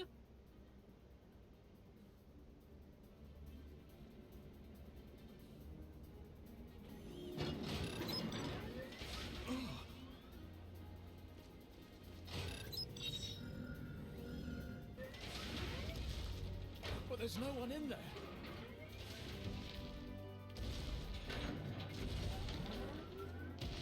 This is Sid. Can you hear me? I need you to count to 5, then jump. Understood?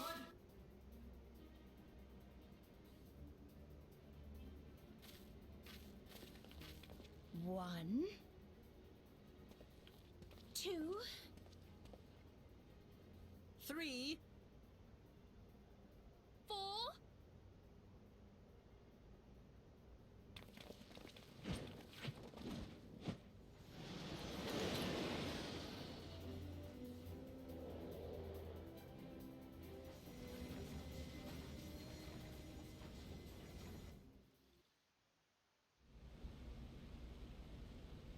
I know not which is more pitiful, the charlatans who rule Eorzea, or the masses that clamor for their implausible panaceas. I see that which they cannot. This realm founders for want of a ruler with true power, the power to cast down icons. If you continue to deny this truth, it is the people who will suffer. Embrace reason.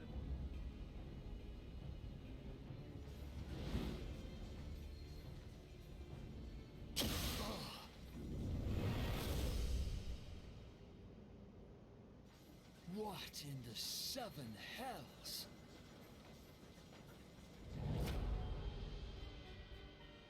Oh no. It's here. 12 preserve us. They finished it. Ultima weapon. So it has a name. It is a relic of ancient Alag, excavated from its resting place deep beneath Alamigo. The Alagons used it to crush primal and foe alike, and now the Garleans mean to do the same. Damn you, Gaius! Look! There! Beside the Black Wolf! An Ascian! An overlord, no less. His garb attests to that. La Habrea. It could only be him.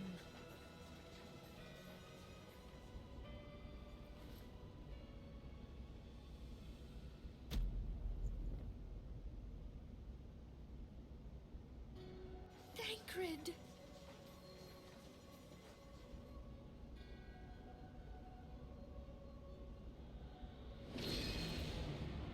He was La Habrea? No. No, this cannot be.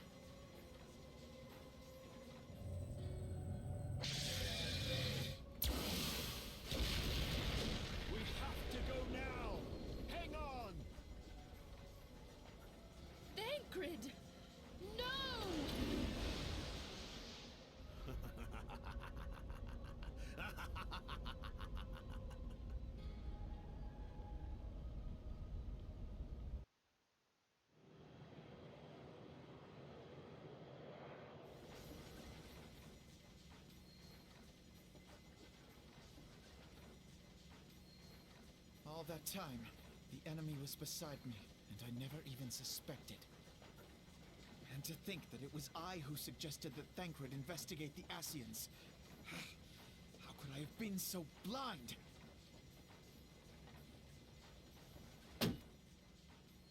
Small wonder the enemy knew our every move, and where to find us. Confound it all!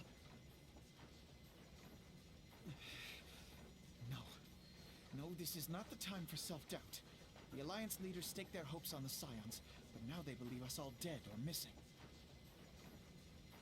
When they learn of the Empire's new weapon, we cannot be certain what they will do.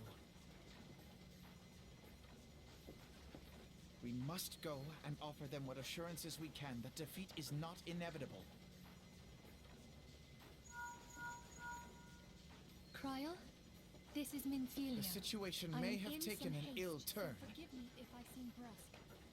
But the item battle I is far requested. from over. Is it ready? And so long as we stand together, Wonderful. there shall I'm ever sorry be to hope press, of but victory. We need it urgently. How soon can it The be people of delivered? Eorzea falter for want of such hope. I am in your Let debt, us my provide friend. it. Let us bear to them the tidings that the Scions of the Seventh Dawn are returned.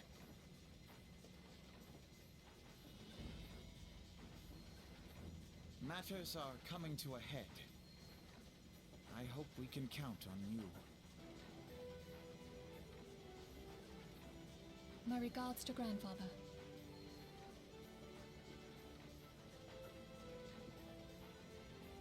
I am ready. Let us pay a visit to the Council of the Alliance leadership.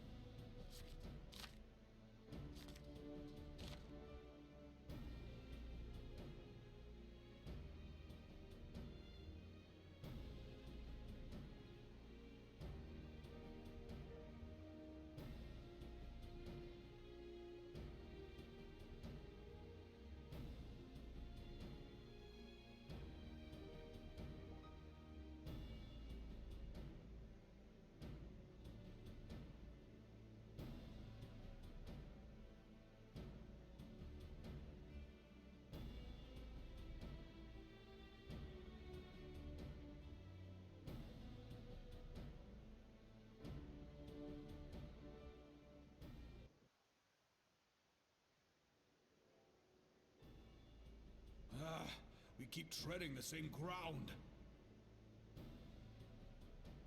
Van Belsar's demands are clear.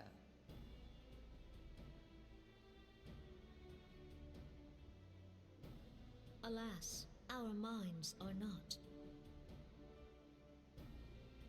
I've never been one to shy from a fight, but if this weapon of theirs can do all they claim... It has been 5 years since the calamity, and our people have scarce begun to rebuild their lives. Can we now, in good conscience, call upon them to risk what little they have left? I would spare them the pain of further conflict. Conflict, I say, though that would imply forces set in opposition. If the combined might of 3 primals could not stay Garlemald's new terror, what meaningful resistance can we offer? We who struggle to quell the foes who rise up within our own borders. Long have we fought the primals, but to what end? We strike them down at no small cost, only for them to rise again and again. Are we to play this profitless game for the rest of days? I, for one, grow tired of it. Mistake me not.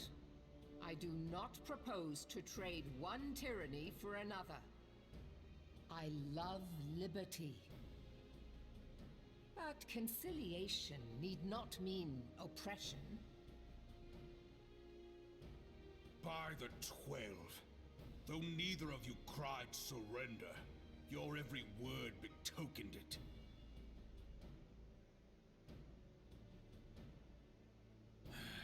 Not that I deny there is truth in what you say, nor can I rightly claim that Ul'dah is ready to fight. Refugees flood our gates, and beastmen swarm our land, while the great and the good do nothing. My flames struggle to bear the burden.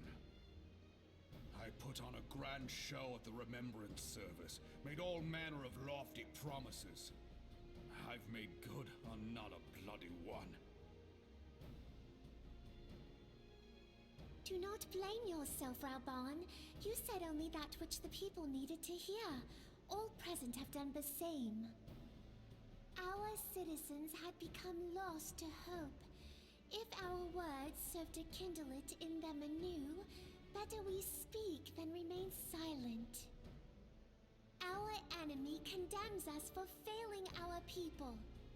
Yet what does he care for their well-being? While we labored to rebuild their lives, the Black Wolf built instruments of murder with which to end them. Her Majesty speaks true. For all our failings, the people's well-being has ever been our foremost priority. While none among us ever doubted that the Empire would one day resume its war, we scarcely had means enough to solve the problems of the present. Aye, which is why we look to others to safeguard our future. The scions of the 7th Dawn, alas, they are gone, and the Black Wolf is at our door.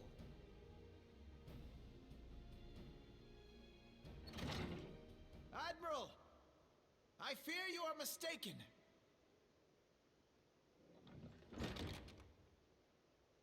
Alphinaud, Minfilia, and 7 hells! Master Garland?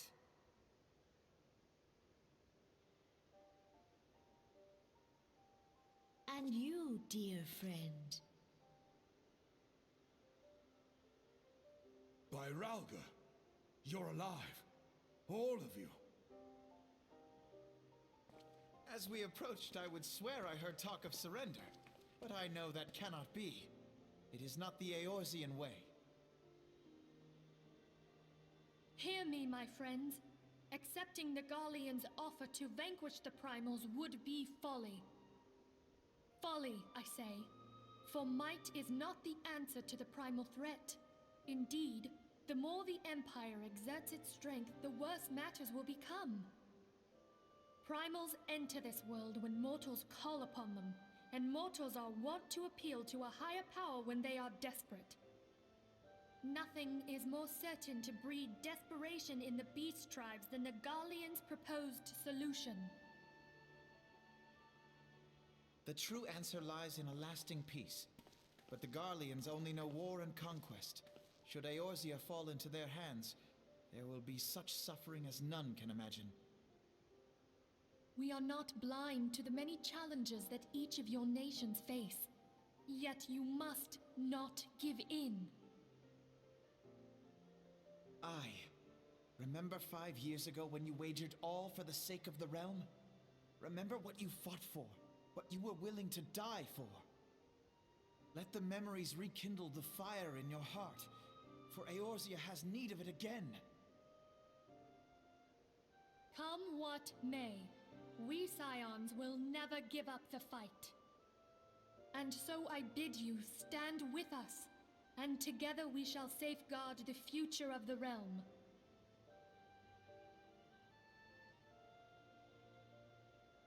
A great man once said that a shrewd merchant grasps not for the quick profit, but invests in the future. Wise words, eh, Raoban? Sid,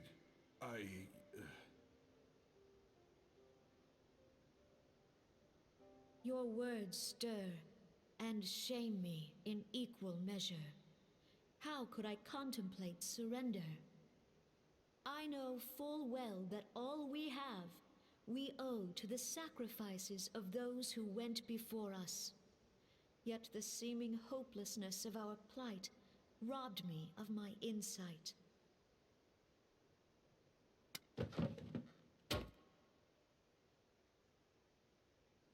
We Gridanians have no love for war. Yet we have still less for those who would threaten our homeland. Ever have we fought to protect those things we hold dear, and this shall never change.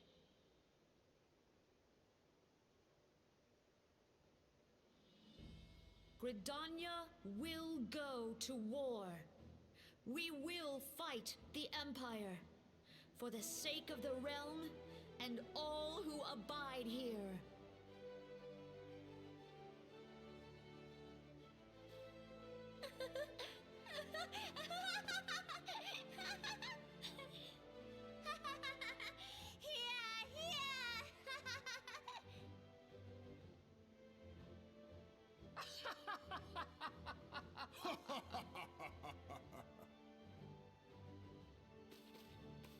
At long last, I hear words worthy of a founder of the Alliance. Raoban, are we to be outdone? I lost one homeland. The thought of losing another had blunted my resolve.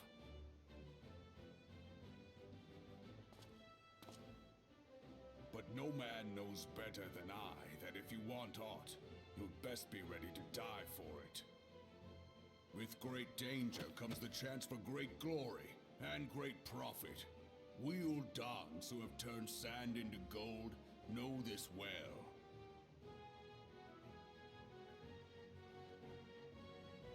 How many times have we fallen into the pit of despair, only to have you pluck us out? I've fair lost count.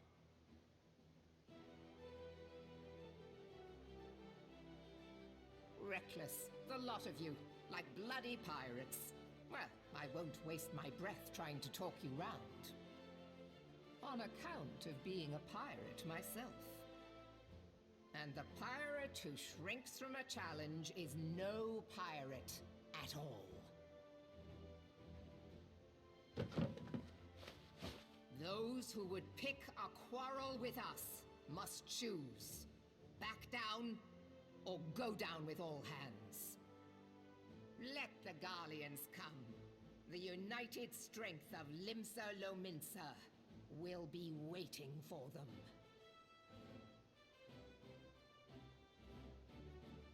If our realm is to be free of this pall of darkness, let it be by our own hands.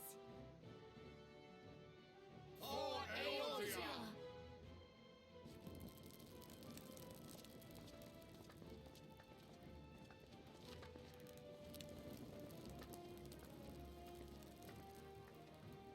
We must needs consider how the weapon may be brought to bear against us. The Maelstrom will secure strategic points along the coastline. In the meantime, the flames will deploy at... Be at ease, my friends. You have banished our doubts. Pray leave the military matters to us, and retire to the waking sands. We will send word anon.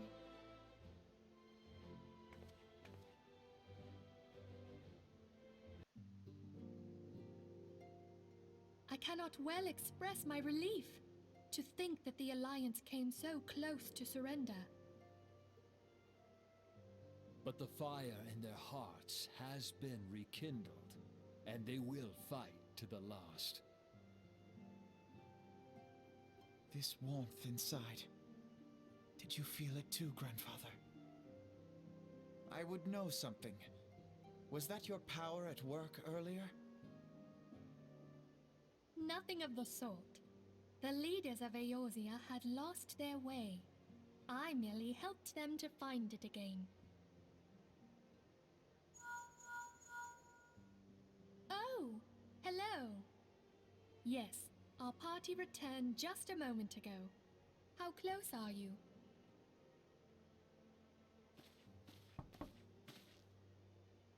It's all right, Sid. We must needs plan our next move. Pray continue liaising with your respective nations.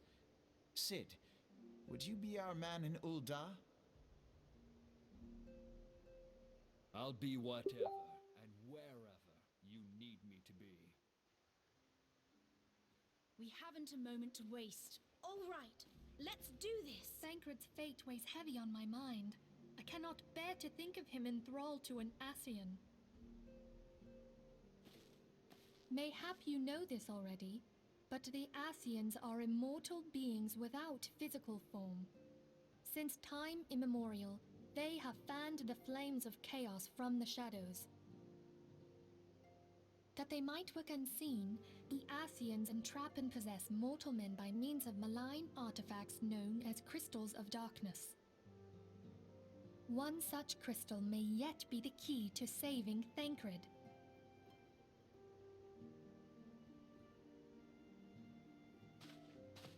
This is a crystal of darkness. A mere replica, created using data obtained from anomalous crystals found across Eorzea. It comes to us courtesy of the students of Baldessian, our distant allies. Even for an Archon, Thancred's talents are exceptional. We all had complete confidence in him. It was for this reason that none among us foresaw the danger in sending him to investigate the Ascians alone. Thancred had been striving to fill the void left by Louisoix. Yet, it was plain that he was overtaxing himself. Yeah, he would volunteer for everything and work till he was dizzy. And the toll taken by his exertions made him vulnerable to Ascian influence. The crystal that binds Thancred must be somewhere on his person. If we could but destroy it, his Ascian possessor would be compelled to relinquish control over him. You have proven the stoutest of allies, standing with us through thick and thin. Yet the most perilous struggle is still to come. For the sake of the realm, and Thancred, I ask that you lend us your strength once more.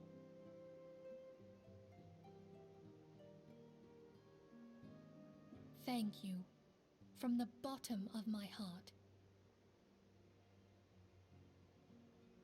As I am sure you are aware, the realm was saved from certain doom 5 years ago by heroes known as the Warriors of Light. What you may not be aware of is that your many feats in service to the Scions have prompted folk to make certain comparisons.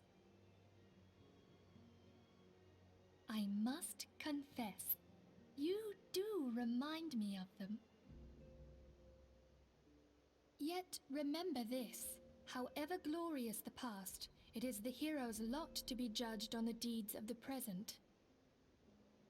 A new darkness threatens the realm, and the people cry out for a savior.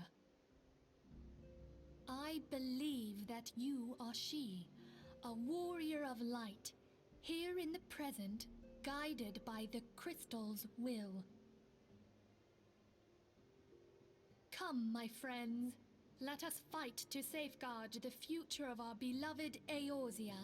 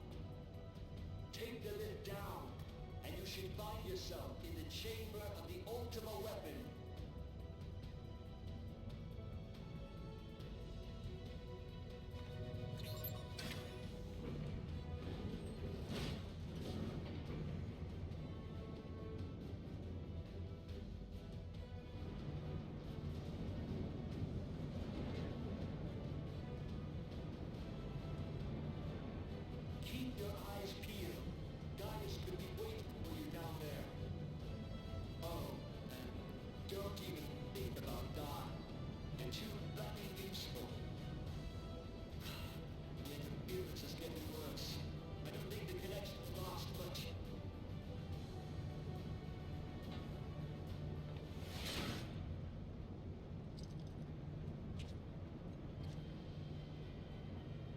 Tell me, for whom do you fight?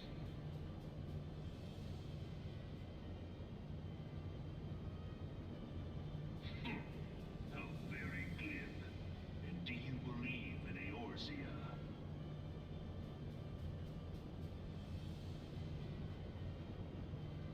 Eorzea's unity is forged of falsehoods. Its city-states are built on deceit, and its faith is an instrument of deception. It is not but a cobweb of lies. To believe in Eorzea is to believe in nothing. In Eorzea, the beast tribes often summon gods to fight in their stead, though your comrades only rarely respond in kind. Which is strange, is it not? Are the 12 otherwise engaged? I was given to understand they were your protectors.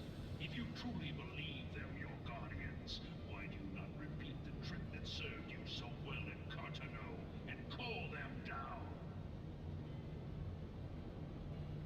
They will answer, so long as you lavish them with crystals and gorge them on ether. Your gods are no different from those of the beasts. Icons, everyone. Except for this, and you will see how Eorzea's faith is bleeding the land dry. Nor is this unknown to your masters, which prompts the question, why do they cling to these false deities? What drives even men of learning, even the great Louis Swan, to grovel at their feet? The answer? Your masters lack the strength to do otherwise. For the world of man to mean anything, man must own the world. To this end, he hath fought ever to raise himself through conflict, to grow rich through conquest. And when the dust of battle settles,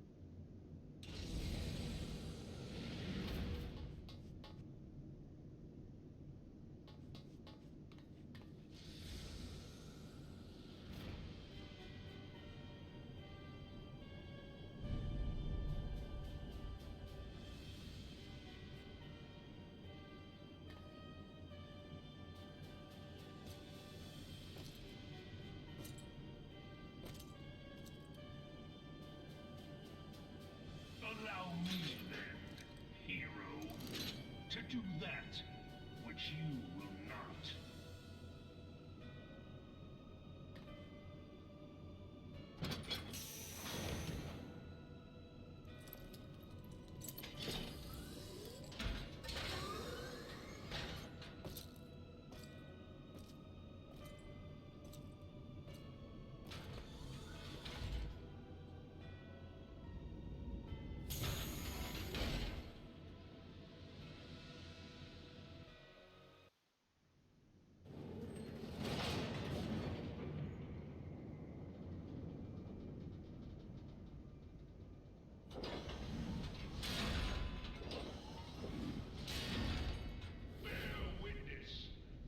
True power of the Ultima weapon.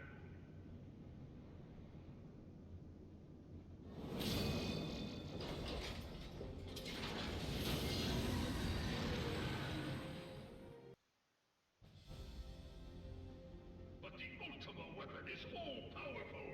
Why does my enemy still stand? Can her strength truly be so great? It is the blessing of light that confounds you.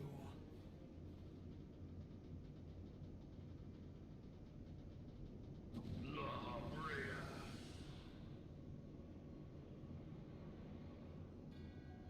Your foe acts under the protection of the crystal she bears. So, this is what empowers her. Beyond mortal limits. If you are to prevail, the hammer of darkness must needs be brought to bear upon the shield of light. And so it shall, for the Ultima weapon is host to a power of which you are as yet ignorant. Speak plainly, Ascian. The heart of Sabik. It is the weapon's core, an enigma whose surface even the vaunted scholars of ancient Alec failed to scratch. The magic within has lain dormant for eons. Of what magic do you speak? A spell without parallel. Ultima. I sought the life force of the primals for no other reason but to quicken the core. For the true power of the Ultima weapon lies within its now beating heart. La Brea, what have you done? No more than was necessary for my god to be reborn. Damn you, Ascian. The hour is at hand. Behold but a sliver of my god's power.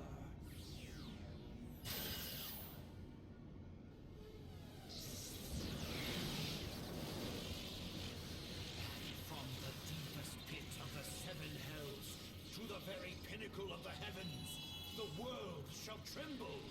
Unleash Ultima!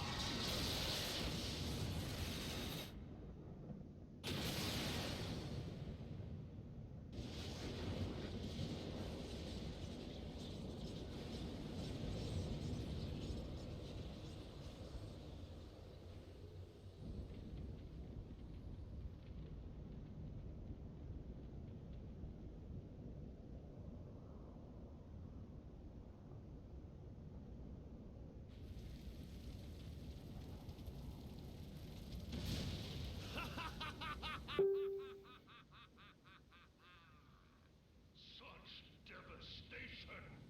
This was not my intention! Oh, Heidelin, it seems the task of keeping your champion alive has exhausted what strength you had left. Van Belsar, your enemy's shield is broken.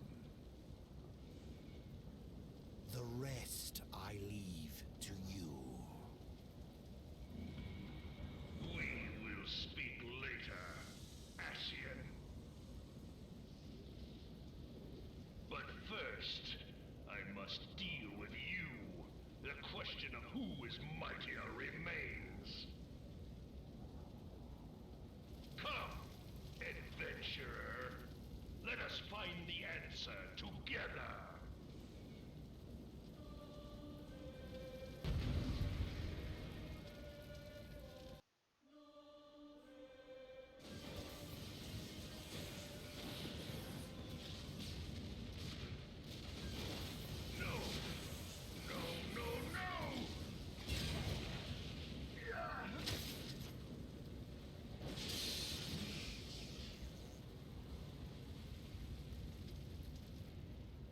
Heed me.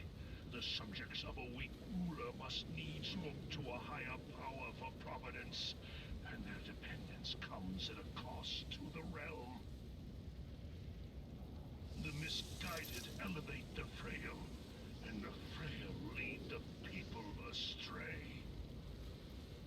Unless a man of power wrests control, the cycle will never be broken. You of all people must see the truth in this. You who have the strength to rule.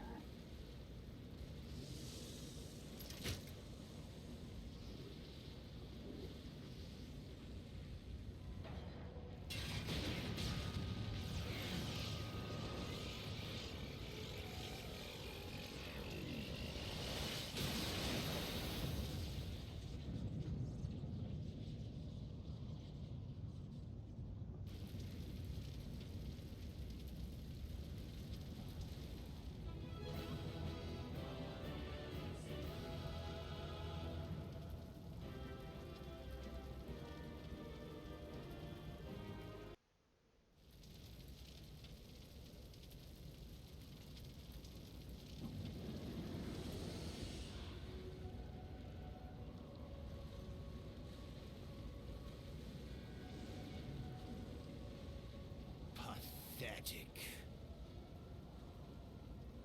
You boasted of unrivaled power. You were entrusted with the ultimate weapon, the ultimate magic. And still, you failed. So much for the glory of man.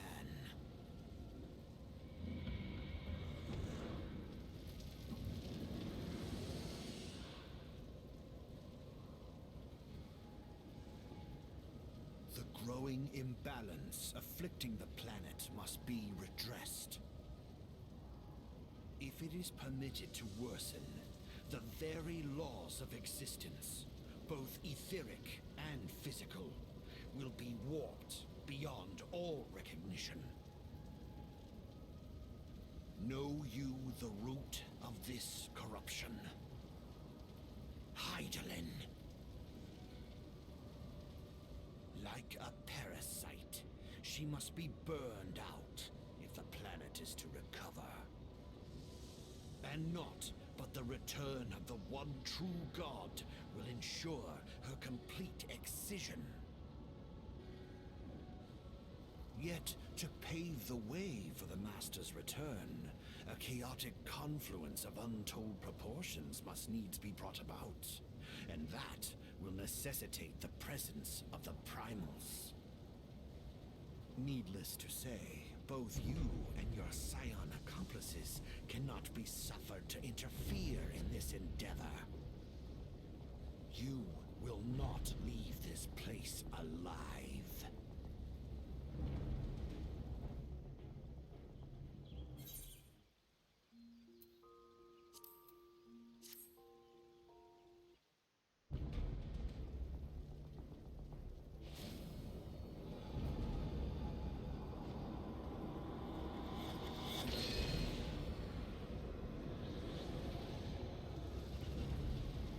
It is past time your flame was extinguished.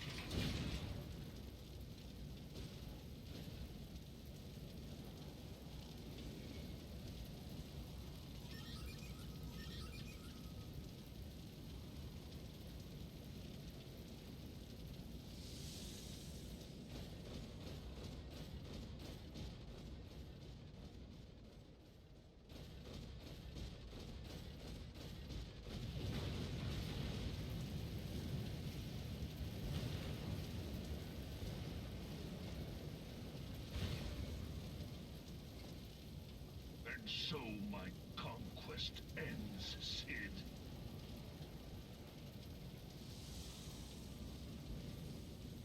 In smoke and ashes.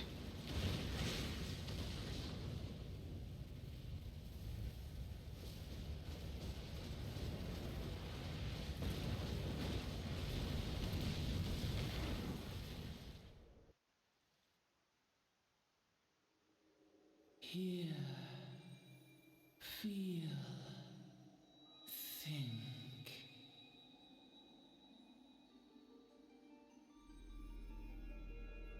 Warrior of light, beloved daughter. The darkness hath fled before the unclosed brilliance of thy spirit. Yet it lingereth still beyond the sight of men, in forgotten corners of the world. In the depths of the abyss yet resideth the Dark One, watchful ever, till this evil be cast out. Never shall the world know aught but a passing peace. Yet for the present, a gentle light shineth o'er the realm of Eorzea. With thee at its heart. From sparkling moat shall it swell to glorious sun, and all the world shall bask in its warmth.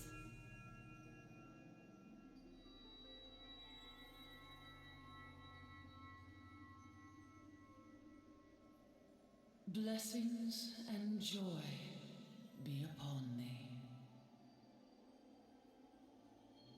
Go forth, my child, and be as a beacon of hope for Eorzea and the lands beyond through all the days of thy life.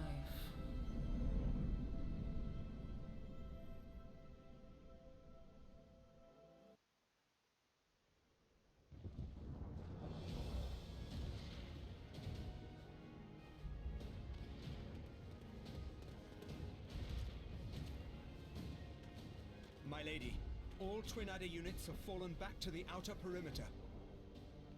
The Flames have completed their withdrawal, General. Admiral, all hands accounted for.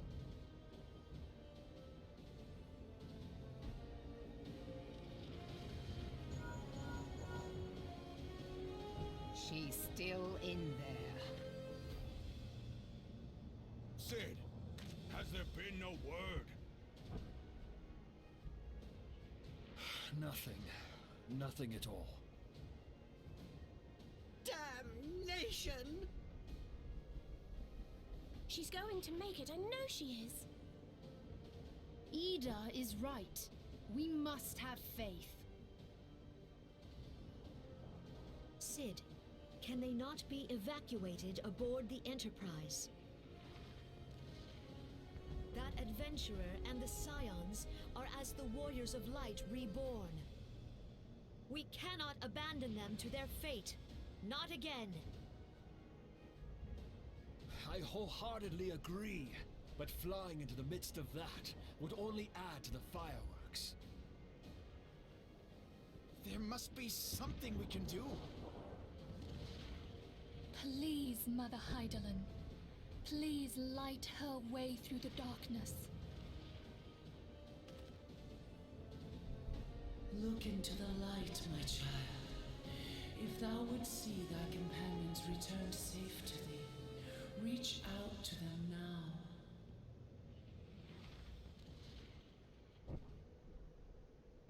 There!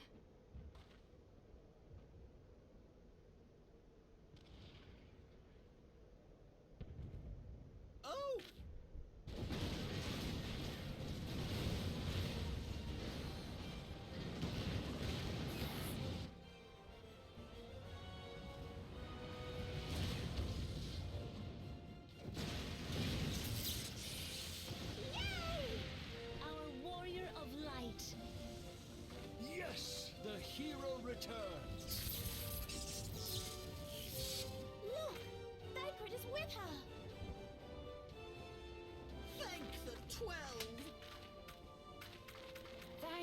Idolin.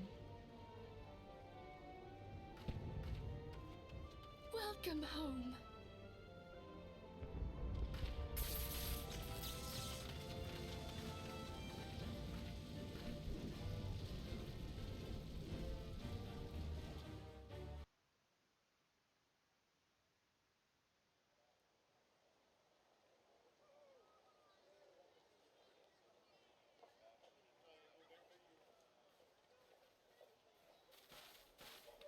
You almost got us killed that one time, remember? Now, we both know that was your fault. Thank the 12 we're safe. Mind your horns there, man-bull. Ha!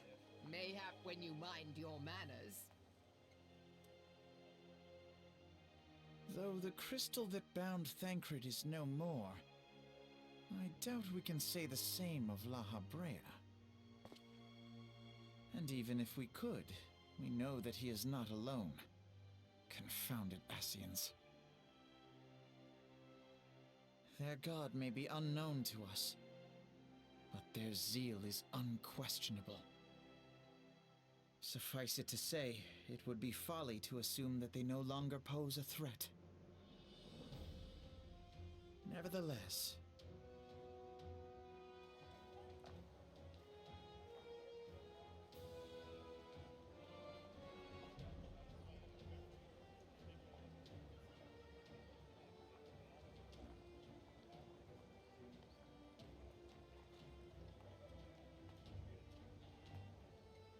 for now, we must savor what peace we have won, however ephemeral. Do you see, Grandfather? Our first step towards realizing the dream for which you gave your life.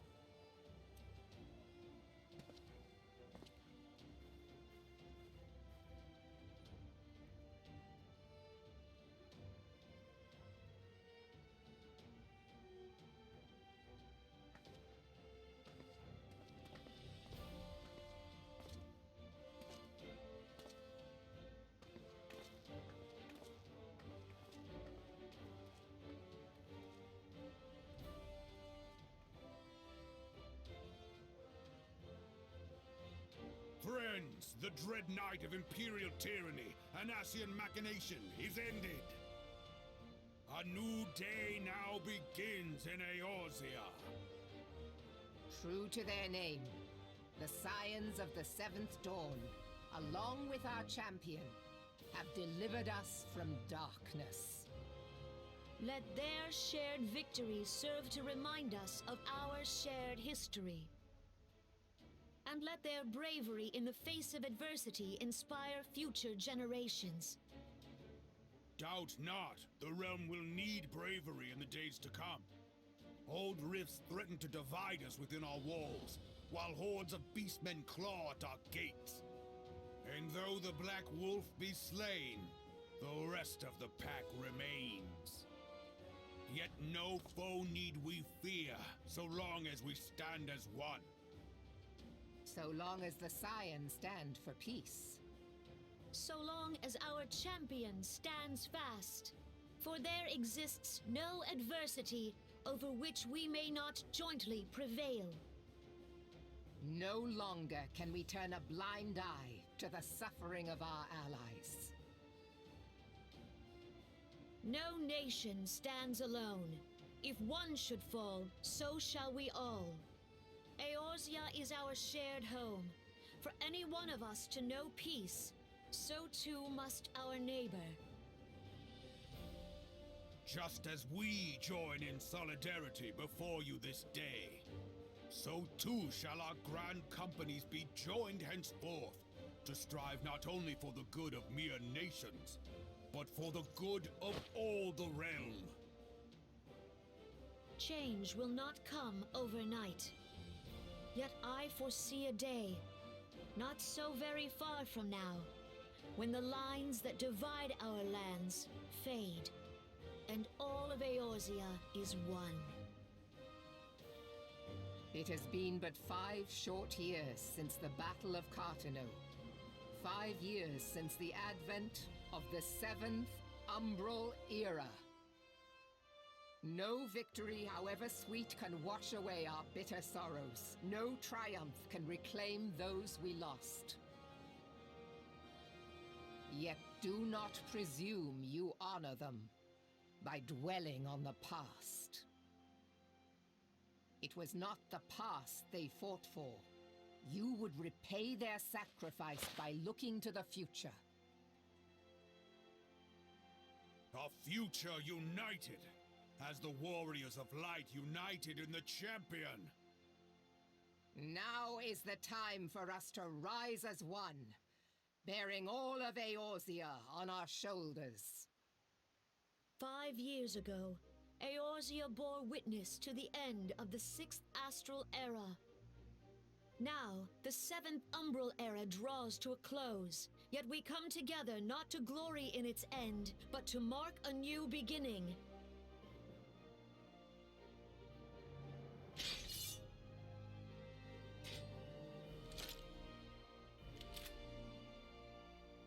Let it be writ that on this day, by the light of the crystal, Eorzea ushered in a new era.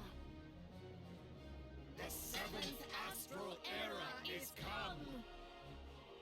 And thus is ours a realm reborn!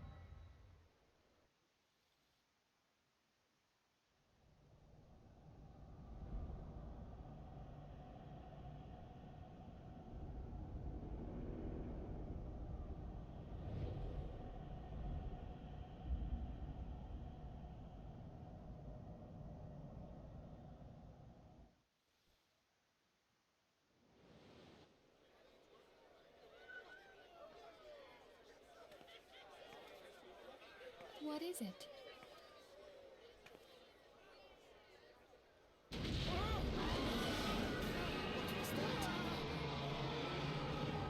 That roar. It can't be. Did you hear that? There's no time to spare. Where is it coming from?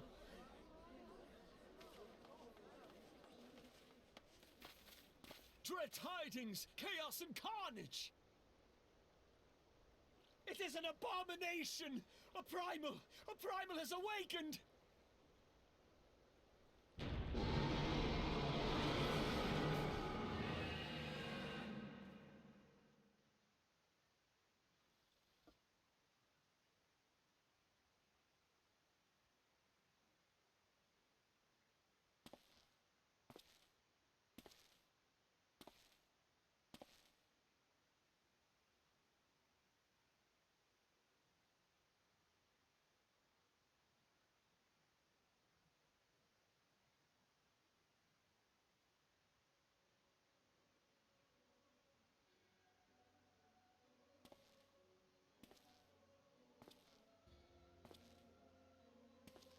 Cast Bahamul, move.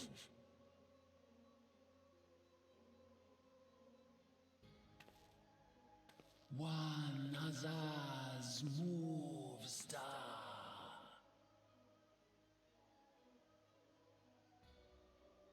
Fanzar Lokpai ki Hats Haldorn Zul, Ukudorn.